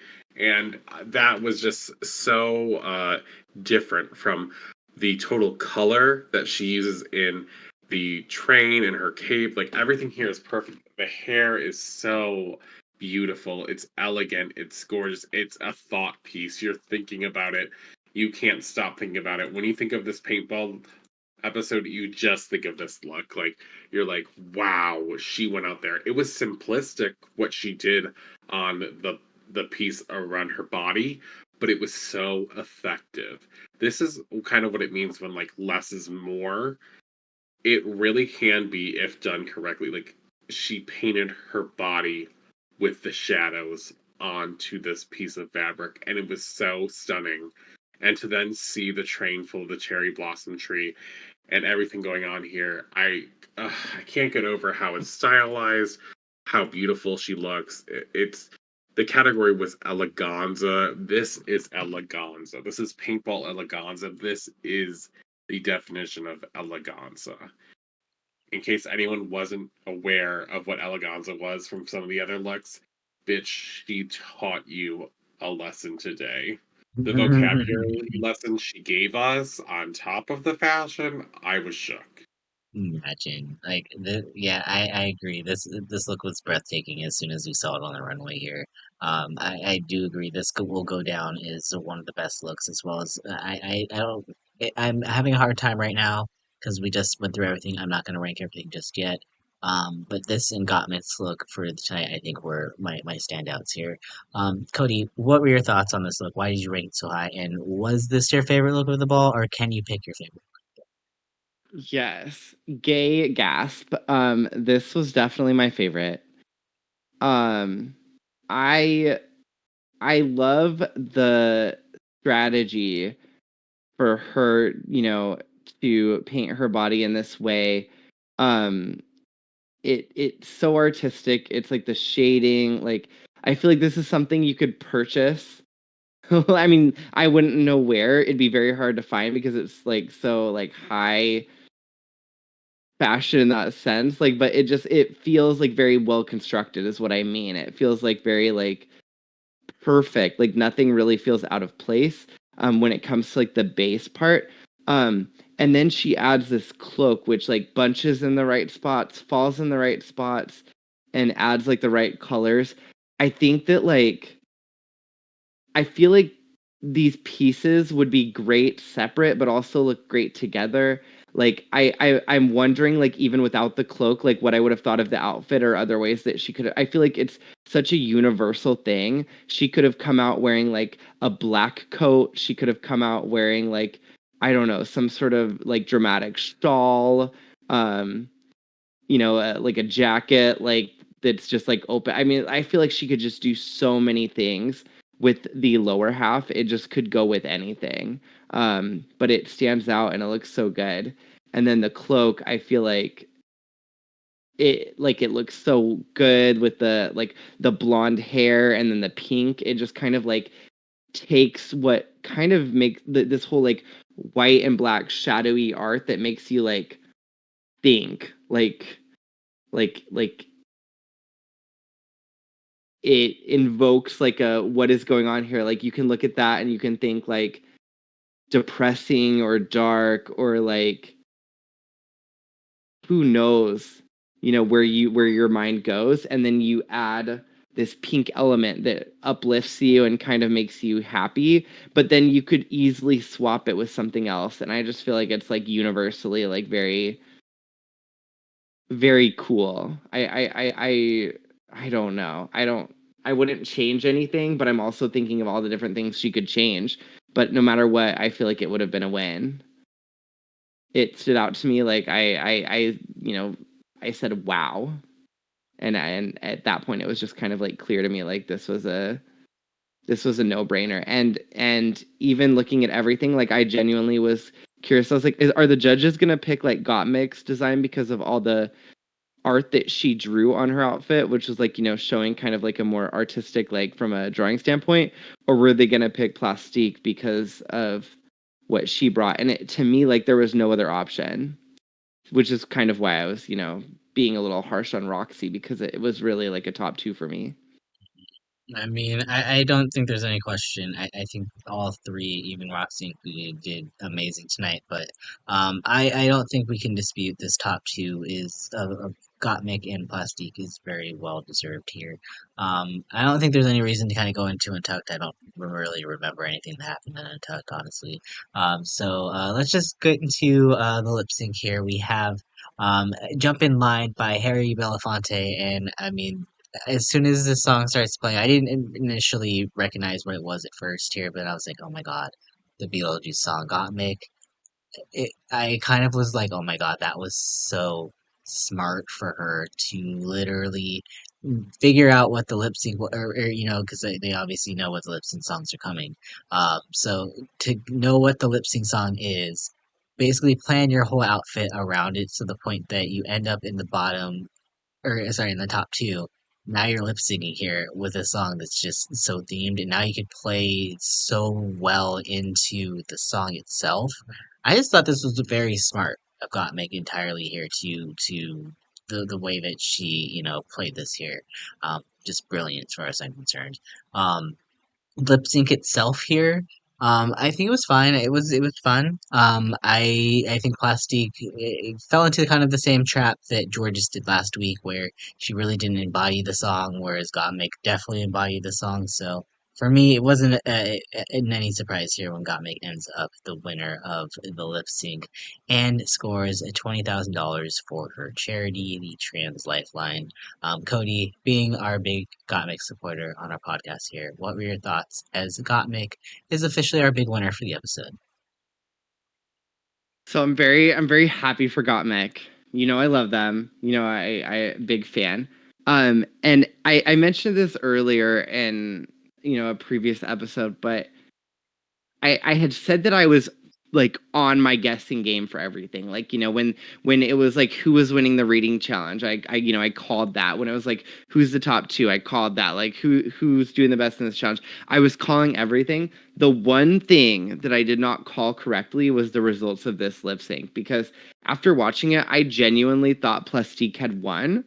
And maybe I'm delusional. I don't know. Maybe I'm becoming more of a Plastique fan than I realized, but I was all about their like what they were bringing, and I thought Gottmik was hilarious, but I was like, oh, she's getting eaten up though. Like Plastique's doing some really cool things there. And then when they announced Gottmik won, I was like, no way. And I was excited, obviously, because I love her. but I was so like convinced. Maybe I just, was focusing too much on like, dance moves versus comedy and other shenanigans. But overall, I'm happy with the result. I was happy with either of them winning. I think they both deserved it. I think both of them are kind of on the top right now for me, along with Miss Vanjie, of course. So yeah, I have no complaints there. I'm very happy for her. Jack, do you have any thoughts on the lip sync here? The setup, the riggery, the whatever you want to call it. Yeah, that was like it was hard to watch. As soon as they announced the song, I was like, "Oh, we doing this? Okay, all right." So, and I was like, "Okay, good. Let someone win this lip sync who's gonna like win the lip sync based on the song specifically. Like, this is clearly got mixed wheelhouse, not Plastique's. Like, it was pretty in the bag, and then the editing had the audacity to even like push it further, and I was like, damn, you think I got to do her like this? Like, Plastic did not need y'all to do her dirty like that. But you know what? Gottmik did win the lip sync, and the lip sync was fine. The song was clearly geared towards someone to win. Clearly, it was giving a very big flashbacks to when you see the girls who like come down to the runway, and then you're like, you're in the bottom too, but don't worry, the lip sync song is. And it was like watching the moment where they announced that the lip sync song between Morphine and Dawn was Body by Megan Thee Stallion, and I was like, girl, bye. Like, shut the hell up. Like, this song was only picked for this. They had this song on the lineup ready for when Gottmik came to an All-Star season. You can't change my mind otherwise, girl. I won't hear anything else of it. And that's fine. They've done it multiple times in the past for other girls. Um, but the lip sync was fine. It was like, if I take away everything about the bias and stuff, it was a good lip sync. I'm I'm interested to see what else we get, because I'm really worried if we continue down this path of picking things specifically for certain queens to guarantee a lip sync win. Either way, I think that the correct tops of the week were selected. I don't think. I mean, personally, I put Roxxxy in my top two, but again, I'm not mad because it's not like the only thing Roxxxy could have done was won $10,000 for a charity. She could not have won a badge this week, so I'm not going to be upset about that. Obviously, and I think Plastic was my number one for the week. That being said, I'm just happy that Plastic gets her badge that she was so uh, stolen from her last week, and now we have four queens with a badge. And I mean, it's starting off good with this equity of badges. I definitely agree here, at least as far as I'm happy that there is some equity as far as the badge goes here. That nobody is taking control just yet. Things seem pretty fair here, and we'll go up and bring up our famed, beautiful Benefactress badge tracker here as Jack has the pleasure of moving us forward here into our next portion of discussion here, which will end our episode on the discussion as to who Gottmik will decide to block here. And it kind of feels to some degree that, like, since we are, like, separated in pairs, that it's like, okay, well, what side is Gottmik gonna choose here? Because clearly it's been, like, Team Angeria versus Team Roxxxy at this point. Will she pick a side? Who's she gonna go after? And clearly, I think it makes the most sense for her here to go after one of the two people that have already got a badge here. And it doesn't really surprise me at all here that she ends up scissoring Angeria. Um, Cody here, what were your thoughts here as all this was going down? Were you expecting Gottmik to make this choice? I was. I really didn't see. It's so early in the competition. Obviously, I knew she wasn't going to pick her bestie Vanjie. The options were, Jorgeous, or Angeria. Angeria is clearly the front runner between the two. I mean, to me, maybe not to others, but to me, I feel like it was the right choice. I think it was justified. Also, you could justify that she was blocked because she was the one that did the blocking last time. I think it's the only way that Gottmik can pick someone with really no repercussions getting thrown back at her. Like, if you look at the, you know, the full cast, it's like, okay, if she just randomly were to pick to block, you know, Chanel or something, it'd be like, where did this come from? You know what I mean? Like, I don't have a Benefactress badge. I didn't perform, you know, in the top for any of the existing things. Like, why are you just randomly coming for me? And that could spark some, maybe, like, you know, negative emotions, especially since right now, like, there's, you know, 2 weeks have gone by. Well, I know it there, you know, the episodes were like a double episode, but you know, 2 waves of Benefactress badges have been awarded. That's 4 badges out there. If you don't have one at this point, you're like, I got to get it together. And then now, if you were to get blocked on top of that to prevent you from getting one the following week, now you're 3 weeks behind. So in my mind, like, the blocking going to someone that already has one, it feels okay, because right now, you know, Angeria is still in the lead, even if she's blocked. And so, you know, next week, if someone gets a badge, you know, that's not blocked, they're at best tied with Angeria. The only person that can pass her is Jorgeous, and it's not that bad of a position to be just blocked once. You know, it's kind of Not like then you're making getting your block. plastic can also pass her as well too. So, True. just saying. Sorry, I did kind of mentally blop there, but you know, it's just not that bad of a place to be. And I think that, like, you know, um if she gets her blocking out of the way now, I don't see these girls dogpiling this early in the competition. Um, I can't see that they're just gonna block her a second time. I think they're gonna pass the blockings around. I think they're gonna make it somewhat fair in a way. I think that they're you know, someone will occasionally stray from that if it's acceptable to. I could see that, you know, if someone's kind of a front runner and winning a lot, they might get blocked if, you know, before another person gets blocked, if they're just not performing well at all because they're just not seen as a threat. But even then, like, I feel like, you know, if the blockings are going around and, you know, let's say the last person to be blocked is Nina, for example, she might just get blocked because it's easier to say, hey, I'm blocking you because you're the only one that hasn't been blocked, and I just want to make it fair. And who's gonna be mad at that person for doing that? You know, like, they're just, I think they're gonna try and be as civil as possible until it really starts mattering who you block. And like, if it's like a, like, I know this person's been blocked more times, but they're also the person that could prevent me from going to the final, so I'm going to block them as many times in a row as I can. You know what I mean? Like, then that kind of play can come in. But I don't see that happening until things have to start getting really strategic as things pan out a little bit closer towards the end. Jack, do you have any thoughts here on Injuria's spot in the conversation? Are we worried here for now that the fact she's blocked here? Do we think the attention now goes on to Georgia, Scott, Mick, and Plastique, given that they are kind of rising up here at this time? Um, no, I think what Gottmik did was the safe option. You know, she blocked someone who blocked someone already. She blocked someone who has a badge. It's a fair way to play it. It's really easy to explain your decision.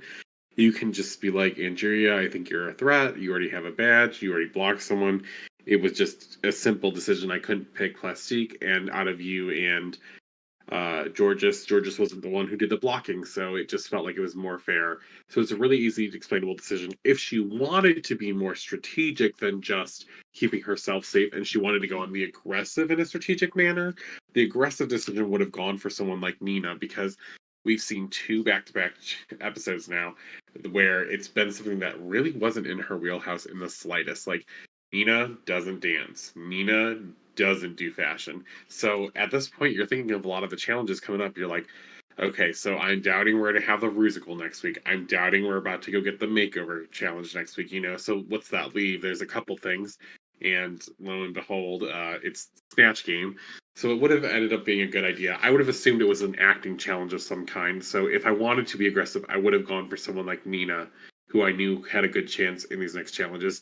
But I honestly think that what Gottmik did probably makes more sense strategically since it's early on. But again, I'm not sure that there's that many people playing the strategic game just yet, since it is so early on in the competition.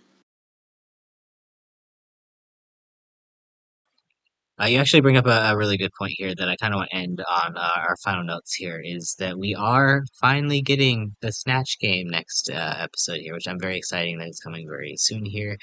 Jack, you kind of already touched on it a little bit here, but as far as everything coming in the next week, are we expecting that this will be that Rise of Nina moment that they've kind of been hinting at?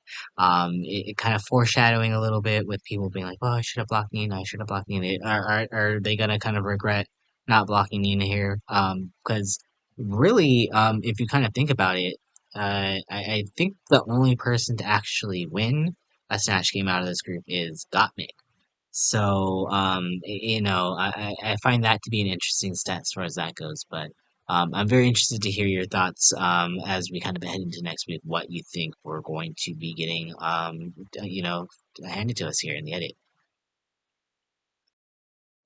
Yeah, so I think that we are going to see a Nina win next week, or at least in the top two.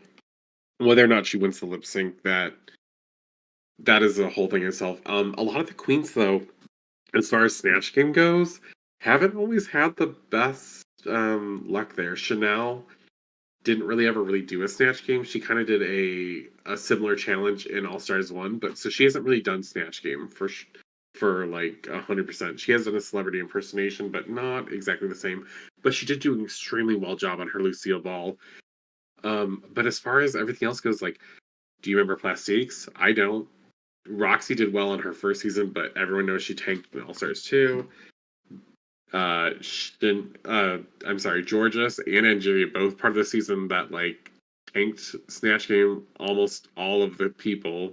And then Vanjie, well, I mean, so that speaks for itself. So yeah, I think it'll be interesting. I think we're gonna see a Nina rise in this next episode. It's a great moment to get to because like Snatch Game is some of people's favorite episode. Everyone looks forward to it. So it'll be interesting to see how that works out. And if the blocking of Angeria actually goes well, because Angeria and Georgia specifically have a lot of redemption to do on that part. And it is a very interesting setup. I do agree, kind of going into next week. And Cody, I'm gonna give you the final words tonight here. Do we expect Nina to kind of run away with the Snatch Game, given that it's an acting challenge here? Is your money on Gottmik here, or are you expecting somebody else maybe to have a little bit of redemption arc? Because even if Nina does well in uh the Snatch Game here. I think it would be very hilarious if the lip sync song was a TLC song, uh, just for some, redemption there for her. But what are your thoughts, kind of here as we kind of close out at the night here? Yeah, I think that Nina winning is like, I mean, obviously on brand for her. I think that she has the most potential for, like a wheelhouse of characters that she can probably pull off. But I think that there are always some surprises around the corner. I think that, you know, all it takes is for someone to just embody a certain character that they pick. All of these girls have known this moment is coming. They've been, preparing Snatch Game characters before. And now it's just a matter of, does Gottmik have another character that is as good as Paris that she can perform and really give that same energy? If so, I fully believe that she's gonna take it, or at least compete with Nina. And then some of these other queens, like, are they gonna find that character? Like Vanjie, you know, I with her strong accent, it's really difficult for her to do accents and of like specific characters. But if she finds the right person that kind of is adjacent enough to like her accent, like she could really like send it all the way. But she has to find that niche character. And Roxxxy did it before with her like Tasha Salad. Like if she invents like another character or like finds like the right person, like she could soar with that, but she's also capable of flopping. So in short, I think that Nina has like it's hers to lose, but I think that there's some really strong people with a lot of potential, and all it takes is for them to like pick the right character, and it could quickly turn into anyone's game. Really is a lot of potential here, and I think that's what um, is kind of great about this season is that it started out, at least to me, slightly kind of, I was a little on it just because of the charity thing, but it's something I'm actually kind of embracing about the season. And again, I'm enjoying the new format changes, so I would be fine with a complete shake up to my expectations going into this next episode. So, Jorgeous somehow ends up in the top two, power to her. I'm here for it. So you know what? As far as I'm concerned here, like this has been a very fantastic way to start the season off here with y'all. So I'm glad we're able to close out our final podcast of this three-part opening podcast. Which, wow, did not expect this to turn into such a deep dive as it was, but I'm hoping it was as great for everybody out there as it was for us here because I enjoyed talking with y'all about it. I had a great time here, and this is just the start. We have so many more episodes of what is bound to be hopefully an iconic season moving forward here if this is just the taste that we're getting here. So I'm ready for the entire meal here. I'm ready to eat. Mama Ru, don't leave us high and dry here. Please feed us. Don't make us go on food stamps. I hope this cast delivers. I think they're going to deliver. So I'm very excited to be here with y'all every step of the way. And for anybody out there that managed to make it through all three parts, please comment below and let us know what you're thinking here because I am so excited for the season. I'm so excited to hear what all of y'all have to say. If you enjoyed the comment, again, please like, subscribe because there will definitely be more weekly content here. We'll try to get things out hopefully Friday nights moving forward here. There was just so much content to go over here, obviously, that I think the extra time for the weekend while everybody's trying to like figure out how they're watching the All Stars, perfect time to kind of figure out how we're going to operate here. So. We'll definitely be in and out with our co-casters throughout the weeks. Who knows? Maybe we'll have some other special guests lined up along the way here too. Who knows? But I'm again so excited to be here with y'all. I think on behalf of, we'll just call it a night here again. It's been 3 hours, 3+ hours here. I'll stop rambling. On behalf of Cody and Jack, just want to say thank y'all again for listening. And I'm Renegayde as always. And till next time, I'll see y'all later. Bye. Y'all could say bye too. Oh, Bye. bye, girly pops.